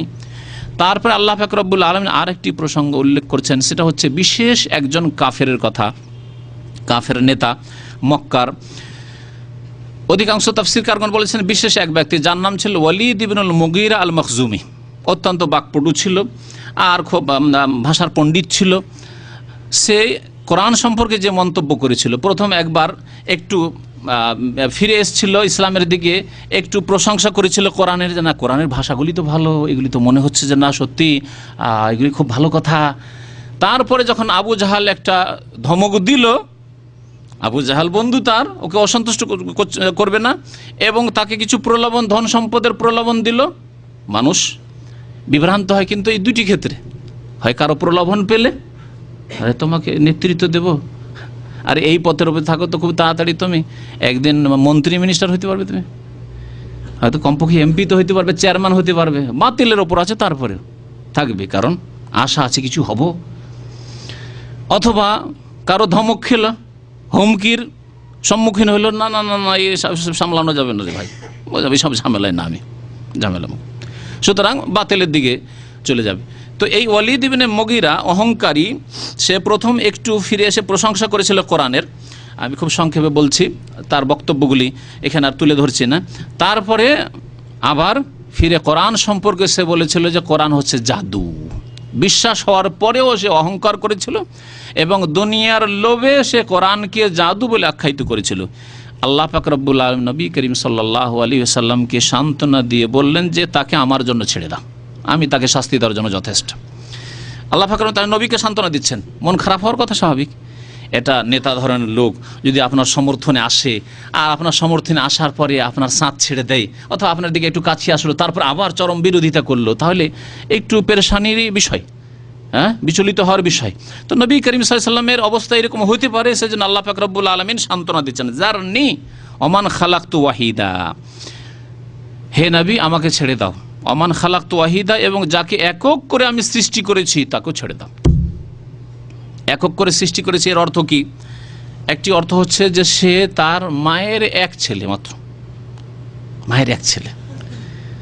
যদি মায়ের বাবার এক ছেলে হয় তাহলে তার আদর যত্ন তো বুঝতেই পারেন কেমন আদর যত্ন হবে, এইভাবে তাকে আমি সৃষ্টি করেছি। তারপরে ওয়াহিদার তাফসীরকারগণ আরও অর্থ বলেছেন যে যখন সে পয়দা হয় খুব গরিব ঘরে, খেতে পেত না, এই ঘরে পয়দা হয়েছিল। ওয়াহিদা একা এসেছিল, না তার আত্মীয় স্বজন বংশ, না তার ধন সম্পদ, কিছু ছিল না। ধীরে ধীরে বড় হলো, অঢেল ধন সম্পদের মালিক হলো। তাহলে আল্লাহ পাক রব্বুল আলামিন এসব নেয়ামত দিলেন, এবং তার একটি রেওয়ায়েত মোতাবেক 10 জন ছেলে ছিল, 10 জন পুরুষ ছেলে, আর আরেকটি রেওয়ায়েত আছে যে তার 13টি ছেলে ছিল। যাই হোক, আল্লাহ পাক রব্বুল বলছেন যে আমি তাকে একক করে সৃষ্টি করলাম, ওয়া জাআলতু লাহু মালাম মামদুদা, এবং তাকে অঢেল ধন সম্পদে, মালাম মামদুদ সম্প্রসারিত, চারিদিকে ছড়িয়ে ছিটিয়ে আছে ধন সম্পদ, হিসাব নেই, খোঁজ নেই। আজকাল যেমন অনেক পয়সাওয়ালা পুঁজিপতিদের অবস্থা, হ্যাঁ, যে কোথায় কোথায় কোন কোন ব্যাংকে যাচ্ছে বলতে পারবেন যে কত পয়সার মালিক সে। আল্লাহ পাক রব্বুল আলামিন একে অনেক ধন সম্পদে মালাম মামদুদা, মাদ্দে আমুদ্দ মানে সম্প্রসারিত করা, ওখান থেকে হচ্ছে মামদুদ ইসম মাফউলের শেখা, তাকে অঢেল ধন সম্পদ আমি দিয়েছিলাম। ও বানিনা শহুদা, এবং তাকে সন্তান দান করেছিলাম অনেকগুলি, যেগুলি সবসময় তার সামনে উপস্থিত থাকতো। এক তো সন্তান দিলেন, মেয়ে নয় যে কমজোর, মেয়েগুলি বিয়ে দিলে বাড়ি খালি, না, ছেলে। ছেলে আগের জামানায় বিশেষ করে লাঠির খুব মূল্য ছিল, আজকালও গ্রামে গঞ্জে আছে, তাই না? কার কত লাঠি আছে রে, হ্যাঁ, লাঠি নিয়ে লড়াই করবে, আমার 10 বেটা আছে, কে পারে আমাকে, এসব জাহিলি যুগের লড়াই ছিল। তো আল্লাহ পাক রব্বুল আলামিন তাকে 10 ছেলে, এবং ছেলেও যদি আমার বিদেশে না থাকে, দেশে থাকে, বাড়িতে চোখের সামনে, তাহলে কি গরম, হ্যাঁ, বিদেশে পাঠিয়ে দিয়ে কে কোথায়, আর বুড়া বুড়ি একাই, তাহলে তো কমজোর দুর্বল হয়ে আছে, তাই না? যদি পয়সার দিক দিয়ে হয়তো বিদেশ থেকে, আজকালকার জামানা যেমন পয়সার দিক থেকে হয়তো একটু সচ্ছল, কিন্তু এমনিতে ক্ষমতার দিক দিয়ে অনেক সময় দুর্বল। তো আল্লাহ পাক বলছেন ওকে ছেলে সন্তান দিয়েছিলাম 10, বানিন ও শহুদা, এবং সেগুলি সব সামনে থাকতো। ওয়ালিদ বিন মুগীরার নেতা যখন বসতো মক্কায়, কোরাইশদের মাঝে, কোরাইশ গোত্রের, মখজুম, বনু মখজুম গোত্রের বসতো, তখন 10 ছেলে এইদিকে ওইদিকে 10 জন ছেলে বসে আছে। কে কাছে আসে সাহস করে কথা বলার জন্য তার সাথে? আল্লাহ পাক বললেন যে এইসব নিয়ামত তাকে দিয়েছে। মাহাদ্দু লাহু তামহিদা, এবং তার জন্য তার সচ্ছল জীবন যাপনের পথ সুগম আমি করে দিয়েছি, সচ্ছল সুখের জীবন যাপন আমি সুগম করে দিয়েছি। সুম্মা ইয়াতমান আজিদ, তারপরেও সে আরও অতিরিক্ত পাওয়ার জন্য লোভী, আশা রাখে বা লালসা রাখে। তামা ইয়াতমা মানে লালসা রাখা, অতিরিক্ত পাওয়ার আশা রাখে, মানে দুনিয়ার ক্ষেত্রে তা আশা রাখে। এমন হয়েছে যে অনেক পয়সার মালিক, সেজন্য আর পয়সা চায় না, আরও বেশি চায়, তারা আরও বেশি চায়। আর একটি অর্থ এর করা হয়েছে যে ওই ব্যক্তি বলেছিল যে আমি যেমন দুনিয়ায় সুখী, 10 জন ছেলে নিয়ে আমি সামনে মজলিসে বসি এবং আমি নেতা, আমার ধন সম্পদের অভাব নাই, ঠিক তেমনি জান্নাতে এইরকম আমার ছেলেদেরকে নিয়ে বসবো। আল্লাহ বলছেন সোম্মায়াতমান আজিদ, আরও এর বেশি চাও? দুনিয়ায় যা দিয়েছি তারপরে কুফরি করলে, পাপের রাস্তা নিলে, নবীর বিরোধিতা নাফরমানির রাস্তা নিলে, আর তারপরে জান্নাতেও চাও? সোম্মায়াতমান আজিদ মানে আরও অতিরিক্ত চাই, এর জন্য লোভী যে জান্নাতেও পাবো? কাল্লা, কখনো নয়। ইমান ছাড়া এই কুফরের অবস্থায় কখনো পাবে। ইন্নাহু কান আলী আয়াতেন আনিদা, কথা হচ্ছে যে এই লোকটি আমার আয়াত, আমার নিদর্শনের সে শত্রু, বিরুদ্ধাচরণকারী। আনিদ মানে হচ্ছে বিরুদ্ধাচরণকারী। সাউরে সাউদা, তাকে আমি চড়াবো। আর হাকায়ুর হেক মানে চড়ানো। সাউদের তাফসিরে বলা হয়েছে যে জাহান্নামের এক পাহাড়, জাহান্নাম এক আগুনের পাহাড়। উঁচু জায়গাকে সাদে আসাদ মানে উঁচু জায়গায় চড়া। সাউদ নামক জাহান্নামের পাহাড়ে একে চড়াবো। আর কেউ কেউ এর তাফসির করেছেন যে তাকে আমি কঠোর শাস্তি দেব। ইন্নাহু ফাক্কারা ওয়া কাদ্দার, তাকে যখন আরবের কাফেররা, কুরাইশরা জিজ্ঞাসা করলো যে আচ্ছা কোরআন সম্পর্কে তোমার মন্তব্য করো, প্রথম মন্তব্য ভালো করেছিল যে খুব সুন্দর মিষ্টি ভাষা, আর এটি মানুষের কথা হইতে পারে না, এ মানুষের কথার বাইরে, মানুষের ক্ষমতার বাইরে এই ভাষা। তারপরে যখন তাকে প্রলোভন দিল আর ধমকের মুখে আসলো আবু জাহালের আর অন্যান্য কাফের নেতাদের, তখন বলছে আচ্ছা আমি চিন্তা করে বলছি। না, একটু চিন্তা করে বলতে হবে। মত পাল্টানোর জন্য এইরকম মানে রাস্তা অবলম্বন করে না লোকেরা? হয়তো একবার একটা মত দিয়ে দিয়েছে, তারপর দেখছে না এর ঝুঁকির মুখে পড়ে গেছে, না না না না আমি হয়তো তাড়াহুড়া করে বলেছিলাম, একটু চিন্তার বিষয় আছে, আচ্ছা চিন্তা করি, পরে একটু চিন্তা করে আমি ভালো একটা সিদ্ধান্ত বলছি। হ্যাঁ, তাই করেছিল এই নেতা কাফের। ইন্নাহু ফাক্কারা, সে চিন্তা করলো, ওয়া কাদ্দারা এবং অনুমান করলো। কাদ্দারা শব্দ অনুমান করা বা সিদ্ধান্তর কেউ কেউ অর্থ করেছে, সিদ্ধান্ত নিল। ফাকুতিলা কাইফা কাদ্দার, ধ্বংস হোক। কুতিলা মানে আল্লাহর পক্ষ থেকে অভিশাপ। ফাকুতিলা, সে ধ্বংস হোক, সর্বনাশ হোক তার। কাইফা কাদ্দার, কেমন করে সে সিদ্ধান্ত নিল এই বাতিল সিদ্ধান্ত যে কোরআন মানবরচিত, কোরআন জাদু। সোম্মা কোতেলা, অতঃপর আবার আমি আল্লাহ বলছি কোতেলা, সর্বনাশ হোক তার। কাইফা কাদ্দার, সে কেমনভাবে সিদ্ধান্ত নিল। সোম্মা নাজারা, তারপরে দেখলো, হ্যাঁ নজর দিল, দেখলো, আর দেখার পরে সোম্মা আবাসা, ভুরু কঞ্চিত করলো। এখন অনেকক্ষণ চিন্তা ভাবনা করে মানে মত পাল্টাচ্ছে, তার ভুরু কঞ্চিত করা বুঝেন তো না? আবাসা ওয়াতাওয়াল্লাহ, এই আবাসা শব্দ সূরা আবাসায়, একটি সূরার নামে সূরা আবাস আছে। আবাসা ভুরু কঞ্চিত করলো, ওয়াবাসার এবং মুখকে বাঁকা করলো, মুখমণ্ডল বাঁকা করা, মুখমণ্ডল বাঁকা করা কে বাসার বলা হয়। ভুরুকুঞ্চিতের কাছাকাছি কোনো বিষয় সম্পর্কে যখন বিরূপ মন্তব্য করতে হয় তখন মানুষ ওই রকম রূপ ধারণ করে বা রূপ বদলায়। সোম্মা আদবারা, অতঃপর সে মুখ ফিরিয়ে নিল। কোরআন যে সত্য এবং মানব রচিত নয় এ কথা থেকে মুখ ফিরিয়ে নিল। ওয়াস্তাকবার, এবং অহংকার প্রদর্শন করল। ফাকালা, তারপরে সে বলে উঠল, ইন হাজা ইল্লা সিহরুন ইউসার, এ তো কোরআন হচ্ছে জাদু। ইউসার, যা পুরাতন যুগ থেকে এরকম চলে আসছে, জাদু আগেও ছিল আর এখন এসছে, এমন কোনো নতুন জিনিস নয়। আর এই জাদুর কীর্তি। ইনহাজা ইল্লা কাউলুল বাশার, এবং এটি হচ্ছে একমাত্র মানুষের কথা। জাদু হচ্ছে মানুষের কথা, মানুষের জাদু। তো মোহাম্মদ সাল্লাল্লাহু আলাইহি সাল্লামের কথা একটি। আল্লাহ বলছেন সাউসলিহে সাকার, তাকে সাকার নামক জাহান্নামে আমি প্রবিষ্ট করব, দাখিল করব, জাহান্নামে দাখিল করব। অমা আদরাকা মা সাকার, তারপর আল্লাহ জিজ্ঞাসা করছেন, হে নবী জানো সাকার কি? এ যেমন তেমন শাস্তি নয়। মা আদরাকা মা সাকার, তুমি জানো সাকার নামক জাহান্নাম কি, বা জ্বলন্ত আগুন, জ্বলন্ত জাহান্নাম কি? লা তুবকি ওয়ালা তাজার, কোনো কিছু অবশিষ্ট রাখবে না, ওয়ালা তাজার, আর কিছু ছেড়েও দেবে না। যে যাবে, যে জাহান্নামে দাখিল হবে তার কিছু ছেড়ে দেবে না। লাওয়াহাতুন লিল বাশার, মানুষের চামড়াকে, শরীরকে ঝলসিয়ে দেবে। লাওয়াহা মানে ঝলসিয়ে দেওয়া।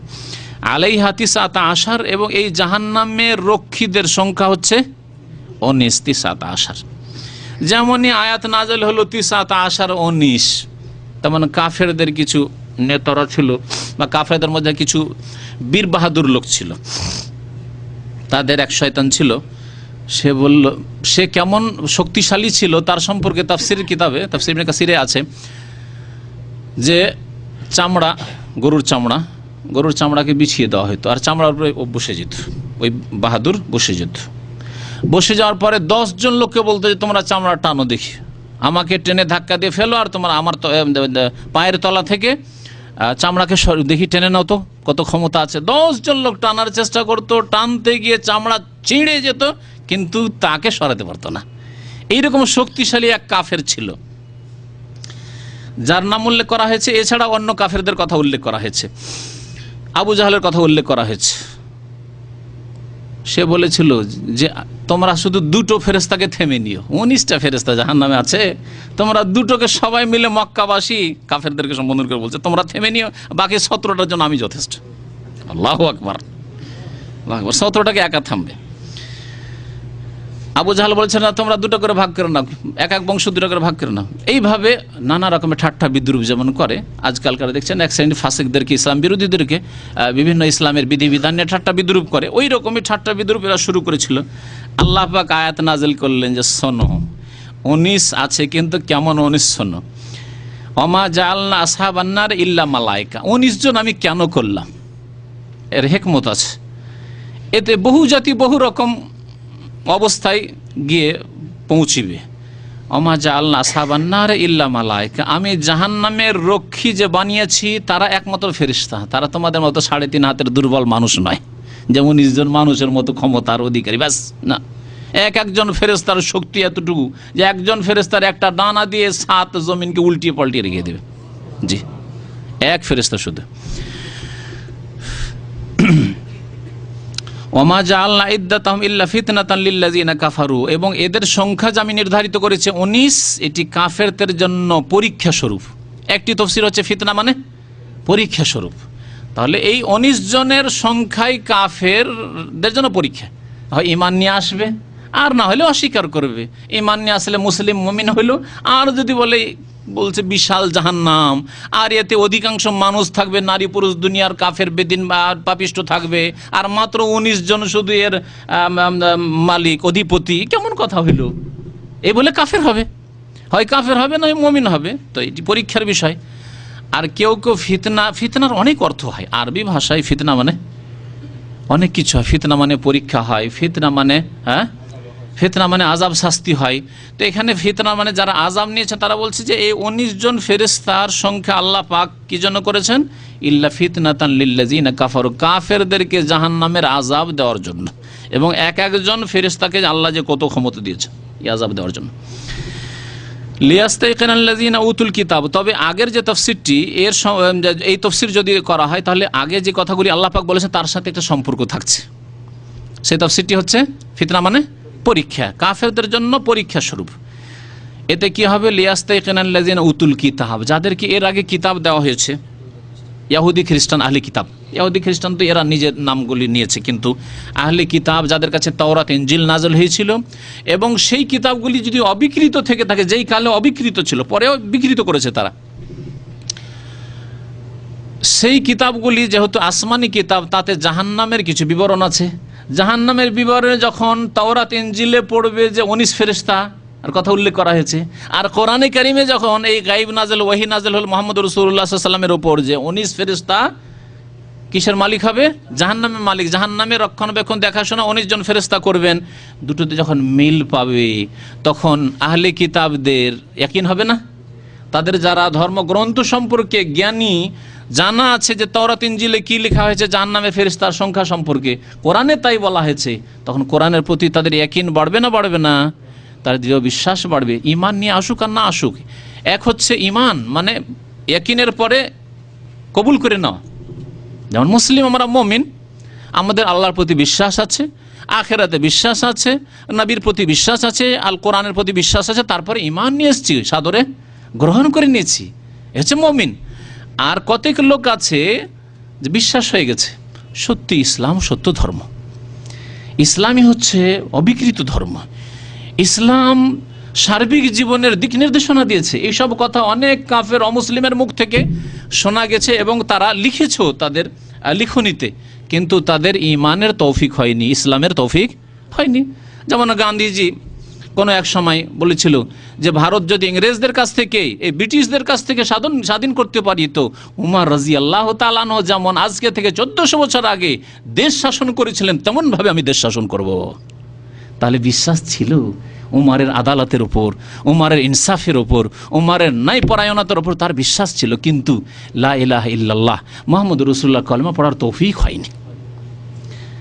ইয়াকিন, তো আল্লাহ পাক কি বলছেন যে কমপক্ষে আহলে কিতাব ঈমান যদি নাও নিয়ে আসে তো ইয়াকিন করে বিশ্বাস করবে যে কোরআনে যে 19 ফেরেশতার কথা বলা হয়েছে জাহান্নাম সম্পর্কে, কথা ঠিক।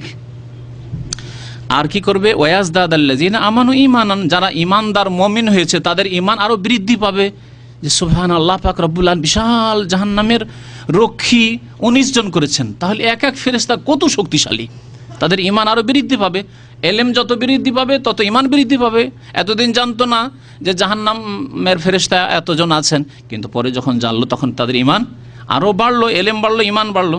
ওয়ালা ইয়ারতাবাল্লাযিনা উতুল কিতাব, যাদেরকে কিতাব দেওয়া হয়েছে আহলে কিতাব ইহুদ এবং নাসারা, তারা সন্দিহান হবে না, কোরআন সম্পর্কে সন্দিহান হবে না। ওয়াল মুমিনুন, এবং মুমিনরাও মুসলিমরাও সন্দিহান হবে না, হয় ইসলাম কবুল করে নেবে, আর না হলে ইসলাম কবুল না করলে কমপক্ষে বলবে যে না, ওতেও গাইবের কথা, অদৃশ্যের কথা আছে, অজানা কথা আছে, কথা সত্যি, এ কথা তো বলবে আহলে কিতাব। ওয়ালি ইয়াকুলাল্লাযিনা ফি কুলুবিহিম মারাদুন ওয়াল কাফিরুন, এবং যাদের অন্তরে ব্যাধি আছে, এরা কারা? যাদের অন্তরে ব্যাধি আছে এবং তারপরে কাফের আল্লাহ উল্লেখ করেছেন, তাহলে কাফের ছাড়া অন্য কোনো জাতির কথা, মুনাফিকদের কথা আল্লাহ বলেছেন।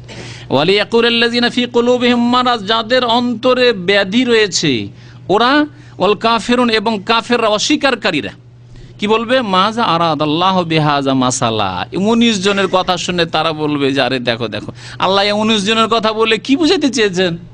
জাহান্নামের রক্ষী 19 জন, এই বলে আল্লাহ কি বুঝাতে চেয়েছেন? মুনাফিকরা ঠাট্টা মজাক করবে, আর কাফেরও ঠাট্টা বিদ্রুপ করবে। তো কাফের যারা সরাসরি অস্বীকার করেছে, খোলাখুলি অস্বীকার করেছে কাফের, আর মুনাফিকও কাফের, কিন্তু তাদের কুফরি গোপনে লুকিয়ে অন্তরে রেখেছে, আর মুখে তারা ইসলাম প্রকাশ করে, লা ইলাহা ইল্লাল্লাহ বলে, নবীকে বলে ইন্নাকা লা রাসূলুল্লাহ, ইজা জাআকাল মুনাফিকুনা কালু নাশহাদু ইন্নাকা লা রাসূলুল্লাহ। মদিনায় যে মুনাফিকরা ছিল, উহুদের যুদ্ধে 700 জন মুমিন থাকলেন, আর 300 জন, 1000 গিয়ে 300 এই কাফির যারা মুনাফিক তারা ফিরে চলে আসলো। এই মুনাফিকদের সংখ্যা মদিনায় যথেষ্ট ছিল। মুনাফিকদের সম্পর্কে আল্লাহ বলছেন তাদের অন্তরে ব্যাধি আছে। এ কোন ব্যাধি? এই ব্যাধি কোন ব্যাধি? হ্যাঁ, জ্বর না ক্যান্সার না এডসের রোগ? হ্যাঁ, কুফরির ব্যাধি। কুফরির ব্যাধি অন্তরে আছে। ব্যাধিকে, অন্তরের ব্যাধিকে তাফসীরকারগণ, উলামায়ে কেরাম 2 ভাগে ভাগ করেছে। মানুষের মধ্যে ব্যাধি আছে, পাপিষ্ঠদের ব্যাধি আছে, সে কাফের পাপিষ্ঠ হোক, মুশরিক পাপিষ্ঠ, বহুত্ববাদী পাপিষ্ঠ হোক, অথবা আর সুদখোর, ঘুষখোর, জালেম, জেনাকারী, বেনামাজি দের ব্যাধি হোক। ব্যাধি যত পাপিষ্ঠ সকলের ব্যাধি আছে। ব্যাধি 2 রকমের। একরকম ব্যাধি হচ্ছে সংশয়ের ব্যাধি, মারাজুস শুবহাত, মনে রাখবেন।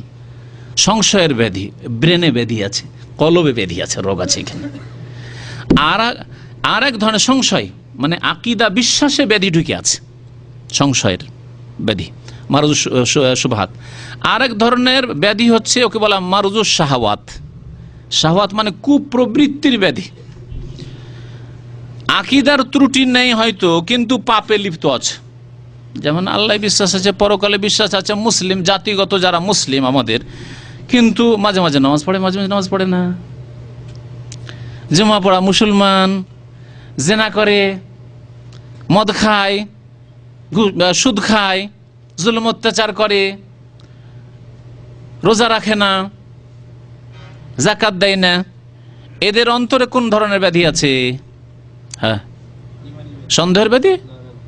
ঈমান তো আছে, বলছে আল্লাহ বিশ্বাসী, পরকালে বিশ্বাসী, তারপরে হ্যাঁ, কুপ্রবৃত্তির ব্যাধি, মারজুস শাহওয়াত। শাহওয়াত, মারজুস শাহওয়াত। শাহওয়াত মানে মনের চাহিদা। মনের চাহিদা বেশি টাকা হোক, এখন বেশি টাকা হলে তো আমার বেতন দিয়ে আর ব্যবসা দিয়ে তো কোলায় না।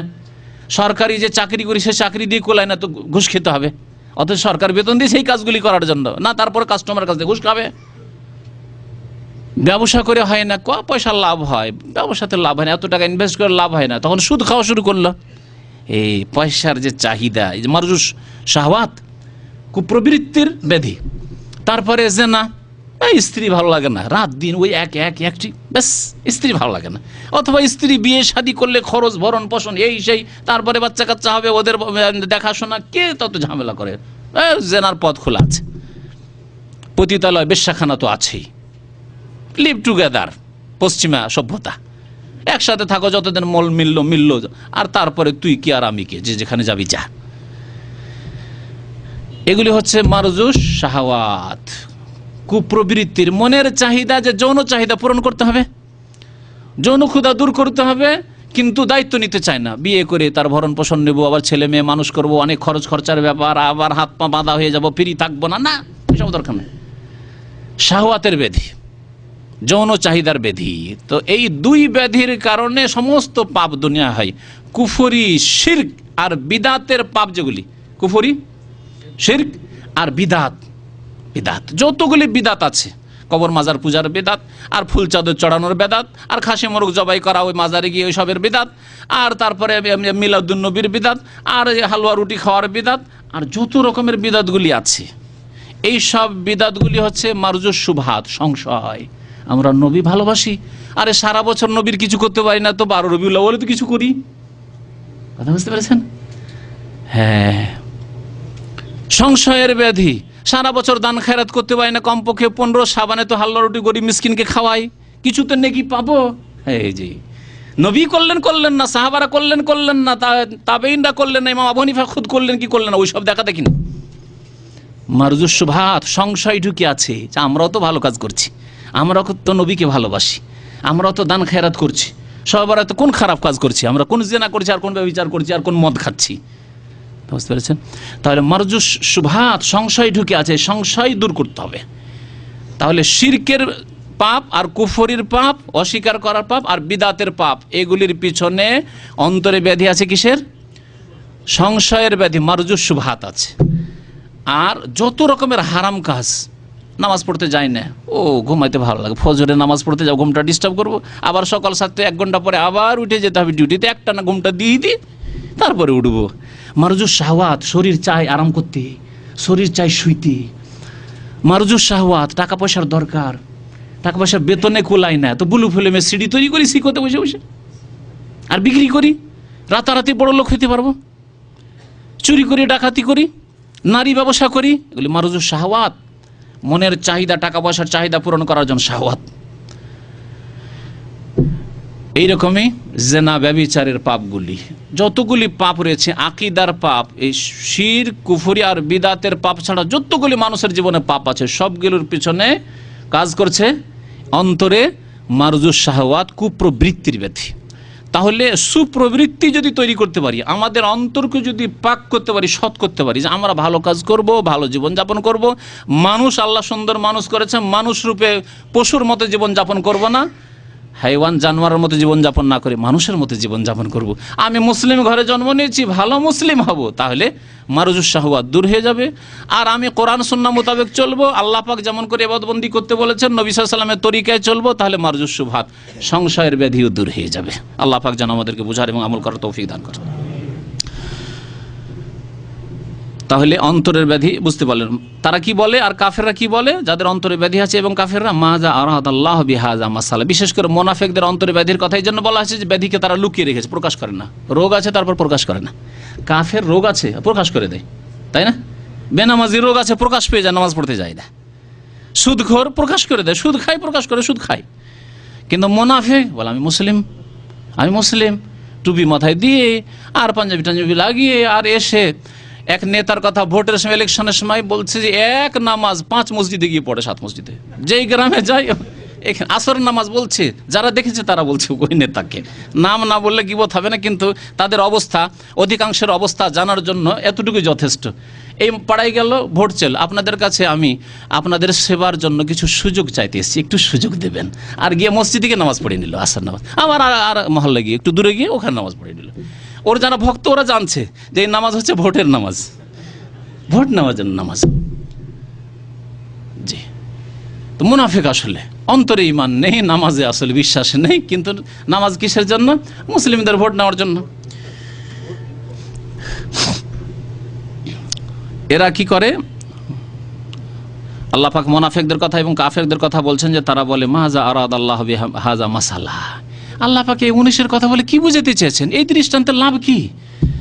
আল্লাহ বলছেন কাযালিকা, এইরকমই ইউদিল্লুল্লাহু মান ইয়াশা, এই 19 বলে আল্লাহ পাক যাকে ইচ্ছা গুমরাহ করতে চান, বিশ্বাস করবে না, এবং এটাকে মেনে নেবে না, তাহলে গুমরাহ পথভ্রষ্ট হবে। ইউদিল্লুল্লাহু মাইয়াশা ওয়া ইয়াহদি মাইয়াশা, এবং যাকে ইচ্ছা আল্লাহ পাক হেদায়েত করতে চান। আল্লাহর বিশাল সৃষ্টি জাহান্নাম এবং তার প্রহরী, তার দায়িত্বশীল ফেরেশতার সংখ্যা হচ্ছে 19। আল্লাহ পাক বলেছেন এই গায়বের প্রতি ঈমান নিয়ে আসতে হবে। আল্লাযীনা ইউমিনুনা বিল গায়ব, যারা না দেখে বিশ্বাস করে তারাই মুমিন।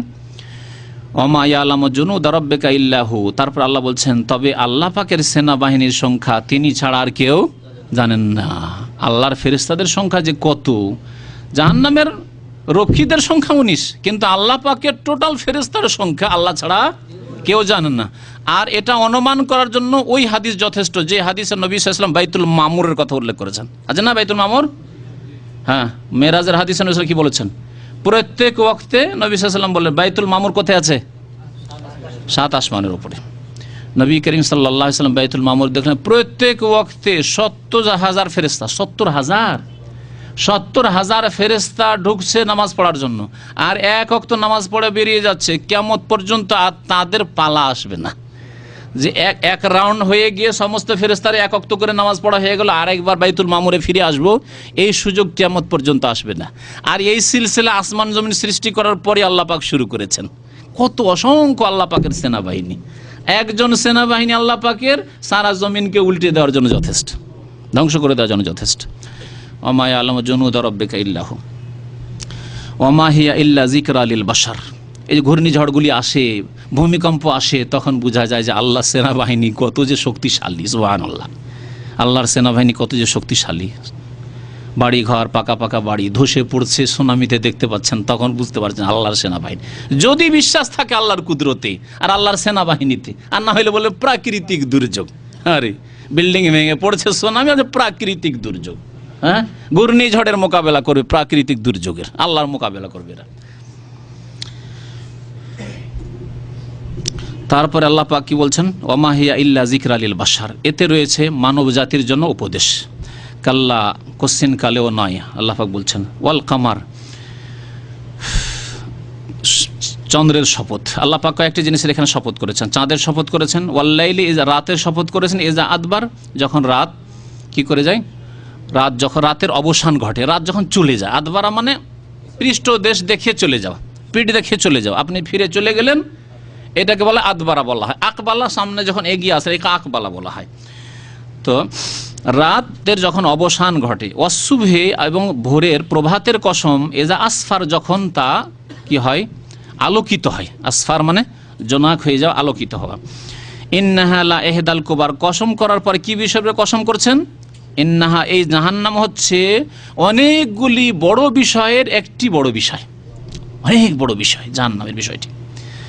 নজির আলিল বাশার, বিশ্বজাহানের মানুষের জন্য সতর্ককারী হচ্ছে এই জাহান্নাম।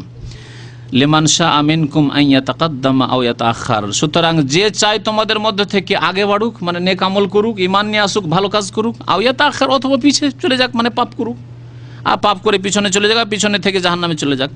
কুল্লু নাফসিন বিমা কাসাবাত রাহিনা, প্রত্যেক ব্যক্তি তাদের কৃতকার্যের কারণে, কৃতকার্যের দায়ে আবদ্ধ থাকবে। রাহিন বলা হয় বন্দুক রাখাকে, রাহান আরবি ভাষা বলে বন্দুককে। বন্দুক যখন রেখে দেওয়া হয় তখন তার কাছ থেকে নেওয়া যাবে কি? না, দখল করে আছে। কারো বাড়িতে স্বর্ণ বন্দুক রেখে দিয়েছেন, টাকা ধার নিয়েছেন, পুরো দখলে আছে। আল্লাহ পাক বলছেন প্রত্যেক মানুষ তাদের আমলের দায়ে আবদ্ধ। আমল যেমন করবে সে আমলের সাথে বাঁধা। ভালো আমল করেছেন, ভালো আপনি পরিণাম পাবেন কাল কিয়ামতে। আর যদি খারাপ আমল করেন, পাপ করেন, শিরক কুফরি করেন, অথবা অন্যায় কাজ করেন, ফরজ ওয়াজিব ত্যাগ করেন, তাহলে তাতে আপনি বাধা থাকবেন। ইল্লা আসহাবুল ইয়ামিন, তবে ডান হাতে যারা আমলনামা পাওয়া লোক, আসহাবুল ইয়ামিন, ডানপন্থী মানে আজকালকার পলিটিক্যাল ভাষায় ডানপন্থী নয়, আবার আজকালকার ওই রাজনৈতিক ভাষায় বামপন্থী আর ডানপন্থী আছে, তাই না? ওই বামপন্থী ডানপন্থী না, কেউ কেউ আবার তর্জমা করতে গিয়ে এই কোরআনের অনুবাদ করে ডানপন্থী তর্জমা করেছেন। আজকালকার ভাষায় যদি বুঝি একজন, আর যারা ওই গণতান্ত্রিক রাজনীতি বুঝে পারবে, ডানপন্থী আর বামপন্থী তো অন্য কিছু বুঝে ফেলবে। ডানপন্থী মানে যাদের ডান হাতে আমলনামা দেওয়া হবে, আর বামপন্থী মানে যাদের বাম হাতে আমলনামা দেওয়া হবে। আসহাবুল ইয়ামিন আর আসহাবুশ শিমাল, যাদের বাম হাতে আমলনামা দেওয়া হবে। তবে যারা ডান হাতে যাদের আমলনামা দেওয়া হবে, এরা নিজের কৃতকার্যের সাথে বাঁধা থাকবে না, মানে আল্লাহ পাক তাদের শাস্তি দেবেন না। ফি জান্নাতি ইয়াতাসাআলুন, জান্নাতে তারা অবস্থান করবে। কারা?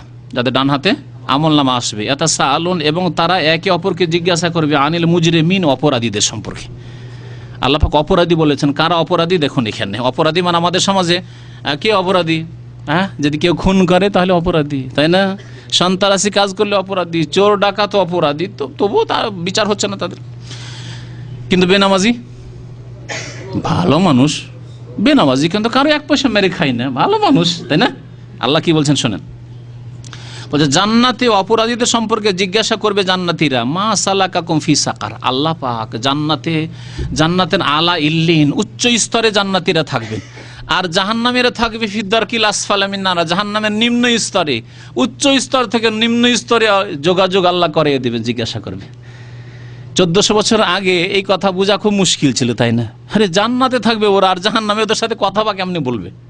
সেই যুগে হয়তো অস্বীকার করতো, কিন্তু যান্ত্রিক সভ্যতার যুগে আজকাল কেউ অস্বীকার করবে না, তাই না? আপনি এখানে বসে আছেন, সারা দুনিয়ার যে কোনো জায়গায় ছোট্ট একটি মোবাইল, এই মোবাইলে কথা বলছেন, সব কথা বলে নিচ্ছেন আপনি, যা ইচ্ছা তাই করছেন। আর এর চাইতে আরও আশ্চর্য যে আপনি ফ্যাক্স পাঠাচ্ছেন, কোনো তার নেই, কিছু নেই, ফ্যাক্স ওখানে গিয়ে যেমন লিখছেন তেমন উঠে যাচ্ছে। ইমেল পাঠাচ্ছেন, হ্যাঁ, ইমেলে যা লিখলেন ওখানে গিয়ে চলে, ওর কম্পিউটারে গিয়ে হাজির। আশ্চর্য।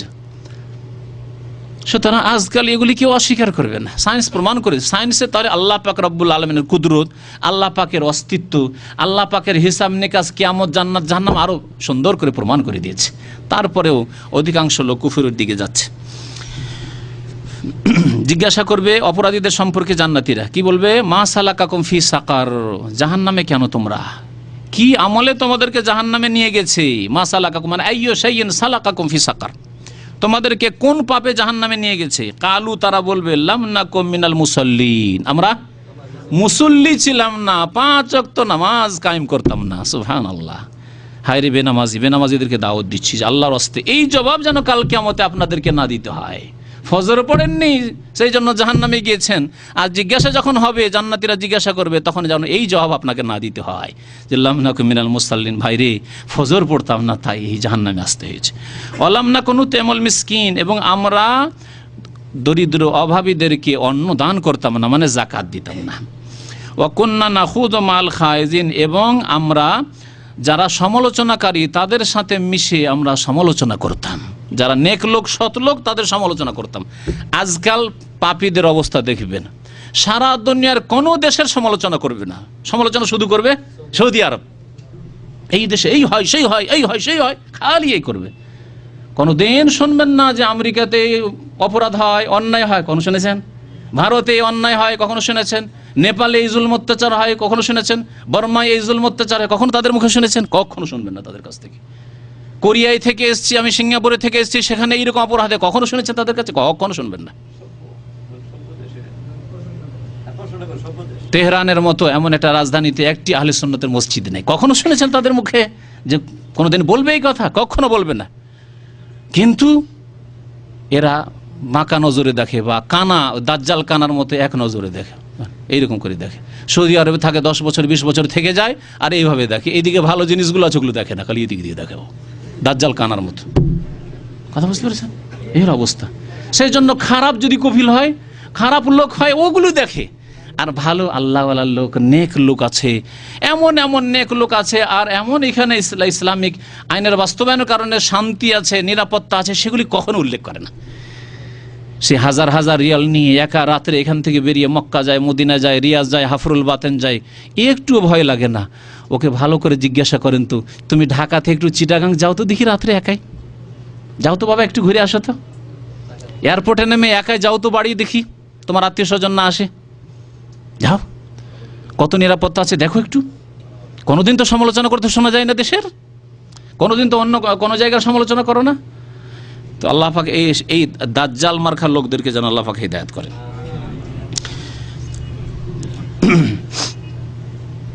কি বলবে? যে আমরা সমালোচকদের সাথে সমালোচনা করতাম, যারা সমালোচনাকারী তাদের সাথে হয়ে আমরা সমালোচনা করতাম, অথবা ঠাট্টা মজাক করতাম না। খাজা ইয়াখুজ মানে বাতিল কথায় মত্ত হয়ে যাওয়া, খাজা ইয়াখুজ খোঁজ, যেগুলি কথা অনর্থক কথা, সেই অনর্থক কথাবার্তা বলা, যত অনর্থক কথা হইতে পারে, সমালোচনা তার মধ্যে বাড়াবাড়ি কথা, এর মধ্যে ঠাট্টা বিদ্রুপ করা, মজাক করা, এসব শামিল তার। ওয়া কুন্না নুকাজ্জিবু বিয়াউমিদ্দিন, এমনকি আমরা পরকালকে, প্রতিদান দিবসকেও মিথ্যা মনে করতাম, আখিরাতকে বিশ্বাস করতাম না। দেখেন যারা নামাজ পড়ে না, ওদের যদি বলেন কালকে আমাদের প্রথম সওয়াল কিসের হবে, নামাজের, তারপরে নামাজ পড়ে না, তো কি বলবেন? আখিরাতে বিশ্বাস আছে? বিশ্বাস নেই, আসলে মিথ্যা বলছে যে আমার বিশ্বাস আছে আখিরাতে। প্রথম জিজ্ঞাসা নামাজ সম্পর্কে হবে, আর নামাজ পড়ে না, ওকে বলার পরেও নামাজ পড়ে না, আর বলছে আখিরাতে বিশ্বাস আছে। সে মৃত্যুক, অবশ্যই সে মৃত্যুক, এতে কোনো সন্দেহ নেই। তার ইমানকে ঠিক করুক, সে ইমান নেই আসলে। ওয়া কুন্না নুকাজ্জিবু বিয়াউমিদ্দিন, এই জন্য বলি আমরা আখিরাতে আসলে বিশ্বাসী ছিলাম না। হাত্তা আতানাল ইয়াকিন, এমনকি আমাদের কাছে মওত চলে এসেছিল, মওত আসা পর্যন্ত, মৃত্যু আসা পর্যন্ত আমরা এইরকম অবিশ্বাস অবস্থায়, বেনামাজি অবস্থায়, বিনা তওবাতে কাটিয়েছিলাম। আল্লাহ বলছেন ফামা তানফাহুম শাফাআতুশ শাফিন, তাদের সুপারিশকারীর কোনো সুপারিশ কাজে আসবে না। ফামা লাহুম আনিত তাযকিরাতি মুরিজিন, তারপরে আল্লাহ পাক উল্লেখ করেছেন যারা দুনিয়াতে বেঁচে আছে তাদের অবস্থা। জাহান্নামে যারা গিয়েছে, জাহান্নামীদের সাথে কথাবার্তা হইল।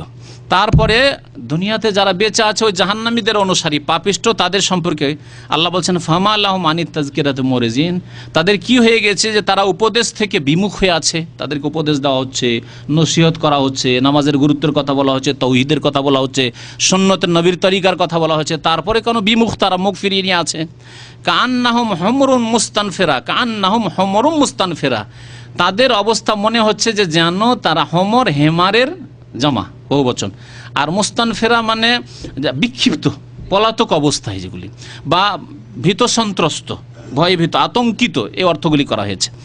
কান্নাহুম, তাদের অবস্থা মনে হচ্ছে যে তারা হচ্ছে কেমন হমর। আবার আরবি ভাষায় হেমার বলা হয় দুই রকম হেমার। এক হেমার হচ্ছে গাধা যে বাড়িতে, এই জন্য হাদিসে আছে আল হেমারুল আহলি, ঘরের গাধা। ঘরের গাধা যেগুলো বাড়িতে পোষে, এগুলো হচ্ছে ঘরের গাধা। আর আরবি ভাষায় আল হেমারুল ওয়াহশি, জঙ্গলি গাধা বলে নীলগাইকে, নীলগাইকে জঙ্গলি গাধা বলে। নীলগাই শিকারী পশু, মানে ও শিকার করে, যেমন হরিণ শিকারী পশু, খরগোশ শিকারী পশু। এই নীলগাইকে দেখতে পেলে বাঘ, সিংহ খুব দ্রুত ছুটে ধরার জন্য। আর যখন নীলগাইয়ের দিকে নীলগাই জানে প্রাণে যতদূর পালাতে পারে পালাবার চেষ্টা করে। বকরি ছাগলের ওপর যদি নেকড়ে বাঘ হামলা করে তো পালাবার যতটা ক্ষমতা আছে চেষ্টা করবে, কি করবে না। ওই অবস্থাকে এখানে উল্লেখ করা হয়েছে যে যারা ইমানের কথা শোনার পরে, তাওহীদ সুন্নতের কথা শোনার পরেও, নেক আমলের কথা শোনার পরেও মুখ ফিরিয়ে নেয়, তাদের অবস্থা কেমন? জঙ্গলি যে বন জঙ্গলের নীলগাই, আতঙ্কিত নীলগাইয়ের মতো, হ্যাঁ, পলাতক আতঙ্কিত নীলগাইয়ের মতো। ফাররাত মিন কাসওয়ার, ফাররায় ফির মানে পলায়ন করা। যারা পালাতে থাকে, যেসব পশুগুলি পালাতে থাকে, মিন কাসওয়ারা মানে সিংহ। আসাদকে কাসওয়ারা বলা হয় হাবশি ভাষায়, আবেসিনিয়ার ভাষায় কাসওয়ারা বলা হয়, তাফসীর কারবান উল্লেখ করেছেন। সিংহ দেখলে যেমন বনের জঙ্গলের নীলগাইগুলি পালায়, বাল ইউরিদু কুল্লু ইমরিইন মিনহুম আন ইউতা সুহফা মুনাশশারা, বরং এদের প্রত্যেকে চায় যে তাকে উন্মুক্ত লিপি দেওয়া হোক, উন্মুক্ত সহিফা মানে উন্মুক্ত গ্রন্থ দেওয়া হোক, উন্মুক্ত পুস্তক দেওয়া হোক। কি অর্থ এর? একটি অর্থ হচ্ছে যে মক্কার কাফেরা বলেছিল যে হে মুহাম্মদ, শুধু তোমার ওপর কোরআন নাজিল হইল তো আমরা কি করে বিশ্বাস করব? ঠিক আছে, তোমার উপর নাজিল হয়েছে আমরা বিশ্বাস করবো, আমাদের কাছে কিছু নাজিল হয়ে যাক।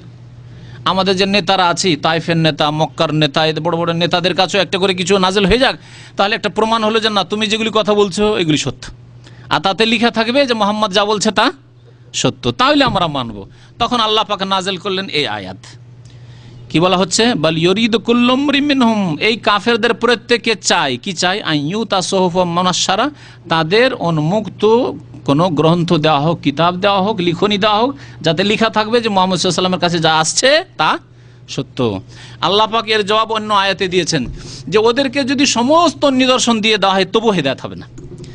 যারা হেদায়েত হওয়ার নয়, ইমান নিয়ে আসার নয়, কাফের হয়ে থাকবে, তাকে যা কিছু দেন, আসমান থেকে নাজল হয় তবু মানবে না। যেমন আজকালকার প্রাকৃতিক দুর্যোগ, এত বালা মুসিবত আসার পরও প্রাকৃতিক দুর্যোগ, হেদায়েত হচ্ছে?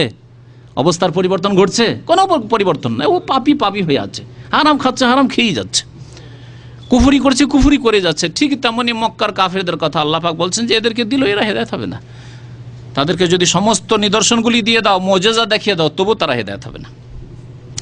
বাল ইউরিদু কুল্লু ইমরিইন মিনহুম আন ইউতা সুহফাম মুনাশশারা কাল্লা বাল লা ইয়াখাফুনাল আখিরা, কোশ্চেন কালেও নাই, এরকমটা হবে না যে প্রত্যেকে দেওয়া হবে একটা করে কিতাব আর তা দেখে তারা বিশ্বাস করবে, এরকম হবে না। বরং কথা হচ্ছে লা ইয়াখাফুনাল আখিরা, এরা পরকালকে ভয় করে না, এই কাফেররা পরকালকে ভয় করে না। কাল্লা ইন্নাহু তাজকিরা, কোশ্চেন কালেও না, ইন্নাহু তাজকিরা, এই কোরআন হচ্ছে উপদেশ। এই কোরআন হয় ইন্নাহু বলে কোরআনকে বোঝানো হয়েছে, অথবা এই যে উপদেশগুলি দেওয়া হলো জাহান্নাম সম্পর্কে আরও বিভিন্ন বিষয় সম্পর্কে, এগুলি হচ্ছে উপদেশ। ফামান শাহ জাকারা, সুতরাং যেই ব্যক্তি চাইবে সে এই উপদেশ গ্রহণ করুক বা স্মরণ করুক। আমা ইয়াজকুরুনা ইল্লা ইয়াশা আল্লাহ, যদি আল্লাহ না চায় তাহলে তারা উপদেশ গ্রহণ করবে না। হুয়া আহলুত তাকওয়া, এবং আল্লাহ পাক রব্বুল আলামিন একমাত্র ভয়ের যোগ্য, তার মানে তাকে একমাত্র ভয় করা উচিত। আহলুত তাকওয়া মানে আহলুন আইয়ুত্তাকা মিনহু, একমাত্র আল্লাহকেই ভয় করা উচিত, কোনো মানুষকে ভয় করবে না। কোনো মানুষের অনিষ্টকে ভয় করে তুমি হককে সত্যকে ছেড়ে দেবে, সত্যকে গোপন করবে, এইরকম কাজ করবে না, বরং হো আহলুত তাকওয়া, একমাত্র আল্লাহকে ভয় করবে, তাকেই ভয় করা উচিত। ওয়া আহলুল মাগফিরা, এবং একমাত্র আল্লাহই ক্ষমা করার অধিকারী। আহলুল মাগফিরা আহলুন আন ইয়াগফিরা লিইবাদিহি, তিনি যোগ্য যে তিনি একমাত্র মাফ করতে পারেন, আল্লাহ পাক ছাড়া কেউ মাফ করতে পারে না। যেমন নবী করিম সাল্লাল্লাহু আলাইহি ওয়াসাল্লামের দোয়ায় বলা হয়েছে, আল্লাহুম্মা ইন্নী যালামতু নাফসি যুলমান কাসীরা ওয়া লা ইয়াগফিরুয যুনুবা ইল্লা আনতা, গুনাহ কেউ মাফ করতে পারে না একমাত্র আল্লাহ তুমি ছাড়া। এই অর্থে এই আয়াতের অংশটুকু বলা হয়েছে যে হুয়া আহলুত তাকওয়া, তিনি হচ্ছেন ভয় ভীতির যোগ্য, মানে তাকে ভয় করা উচিত। ও আহলুল মাগফিরা, এবং তিনি মার্জনার যোগ্য, একমাত্র তিনি মার্জনার অধিকারী, তিনি একমাত্র মাফ করতে পারেন, মার্জনা করতে পারেন। এখানে আরেকটি বিষয় আছে, সময় প্রায় শেষের দিকে, সেটা হচ্ছে ওমা ইয়াজকুরুনা ইল্লা ইয়াশা, আল্লাহ চাইলেই তারা উপদেশ নেবে। তাই আল্লাহর চাওয়া আপন জায়গায় ঠিক আছে, এর আগে গত সপ্তাহেও তাফসীরে মনে হয় বলা হয়েছে এই বিষয়টি। আল্লাহর চাওয়া আপন জায়গায় ঠিক আছে, কিন্তু বান্দাকেও আল্লাহ পাক রব্বুল আলামিন স্বাধীনতা দিয়েছেন। আল্লাহর চাওয়ার আন্ডারেই বান্দার চাওয়া আছে, কিন্তু এর মানে এই নয় যে বান্দা মজবুর, বান্দা একবার অসহায়, বান্দার কোনো ক্ষমতা নেই, এমন নয়। বরং আমরা প্রত্যেকে অনুভব করছি যে আমাদের প্রত্যেকের স্বাধীনতা আছে, ক্ষমতা আছে। আমাদের ভালো কাজ করার যেমন শরীরে ক্ষমতা আছে, মন মেজাজে ক্ষমতা আছে, তেমনি খারাপ কাজেরও ক্ষমতা আছে। আল্লাহ পাক রব্বুল আলামিন খারাপ কাজ থেকে নিজেকে বাঁচিয়ে রাখতে বলেছেন, এবং তার উপর আল্লাহ পুরস্কার রেখেছেন যদি বাঁচিয়ে রাখেন। আল্লাহ পাক সৎ কাজে ব্যয় করবেন, আপনার আমার মেহনতকে আমরা ব্যয় করব, আল্লাহ পাক এর জন্য ভালো পুরস্কার রেখেছেন এবং এর স্বাধীনতা আল্লাহ পাক দিয়েছেন। আল্লাহ পাক যেন বোঝার তৌফিক দান করেন এবং আমল করার তৌফিক দান করেন। আল্লাহ পাক আমাদের গুনাহ খাতা যেন মাফ করেন। রব্বানা আতিনা ফিদ দুনিয়া হাসানাহ ওয়া ফিল আখিরাতি হাসানাহ ওয়া কিনা আযাবান নার। ওয়া সাল্লাল্লাহু আলা নবিয়িনা মুহাম্মদ ওয়া আলা আলিহি ওয়া সাহবিহি আজমাইন। এক ভাই প্রশ্ন করেছেন যে তার স্ত্রী প্রথম কথা, আমি ওই ভাইয়ের ঘটনা জানি যে তার বাড়িতে এক বিদাতি মোল্লাকে টিউশন পড়াইতে দিয়েছিলেন আসতে। এটা বড় ভুল করেছেন, যার ফলে এই ক্ষতিটা হয়েছে। কোনো বিদাতি মোল্লাকে আপনার বাড়িতে আপনার ছেলে মেয়ে পড়াইতে দিবেন, আর তারপরে আপনি মনে করেছেন আপনার পরিবারকে ঠিক রাখবে, আপনার ছেলে মেয়েকে ঠিক রাখবে, ধ্বংস করে ফেলবে। ব্রেনে ও ঢুকিয়ে দিয়েছে, একটা একটা করে ঢুকিয়ে দিয়েছে যে তোমার স্বামী যেসব কথাবার্তা ক্যাসেট পাঠাচ্ছে এগুলি সব বেদিনী, এগুলি বিধর্মিতা, এগুলো ইসলাম বিরোধিতা, এগুলি হচ্ছে ওয়াহাবিদের কথা, ওরা হচ্ছে জাহান্নামী, ওরা হচ্ছে কাফের ইত্যাদি, এইসব এমন করে ঢুকিয়ে দিয়েছে যে ওই স্ত্রী গুমরাহ পথভ্রষ্ট হয়ে তার বিশ্বাস হয়ে গেছে যে আমার স্বামী যদি এরকম গুমরাহ হয়ে থাকে তার ধারণায়, আর ওর সাথে যদি আমি থাকি তো আমি যেন হিন্দু কাফের কাছে আছি। তারপরে না এই প্রতিক্রিয়া হয়েছে, তারপরে সে বলছে যে না তুমি হয় ফিরে আসো, আর না হলে আমাকে বাদ দাও। সুতরাং আগে থেকে অন্যদের জন্য বলছি, যা হয়েছে হয়েছে, অন্যদের জন্য বলছি সতর্ক। আপনার বাড়িতে আপনার ছেলে মেয়ের কোরআনের তালিম আলিফ বা তা কায়দা পড়ার জন্য বিদাতি মোল্লাকে রাখবেন না। কোরআন সুন্নাহর অনুসারী আলেম পেলে রাখবেন, কোরআন সুন্নাহর মাদ্রাসা পড়া ছাত্র যদি পান তো রাখবেন, না হলে ওই বিদাতিদেরকে রাখবেন না।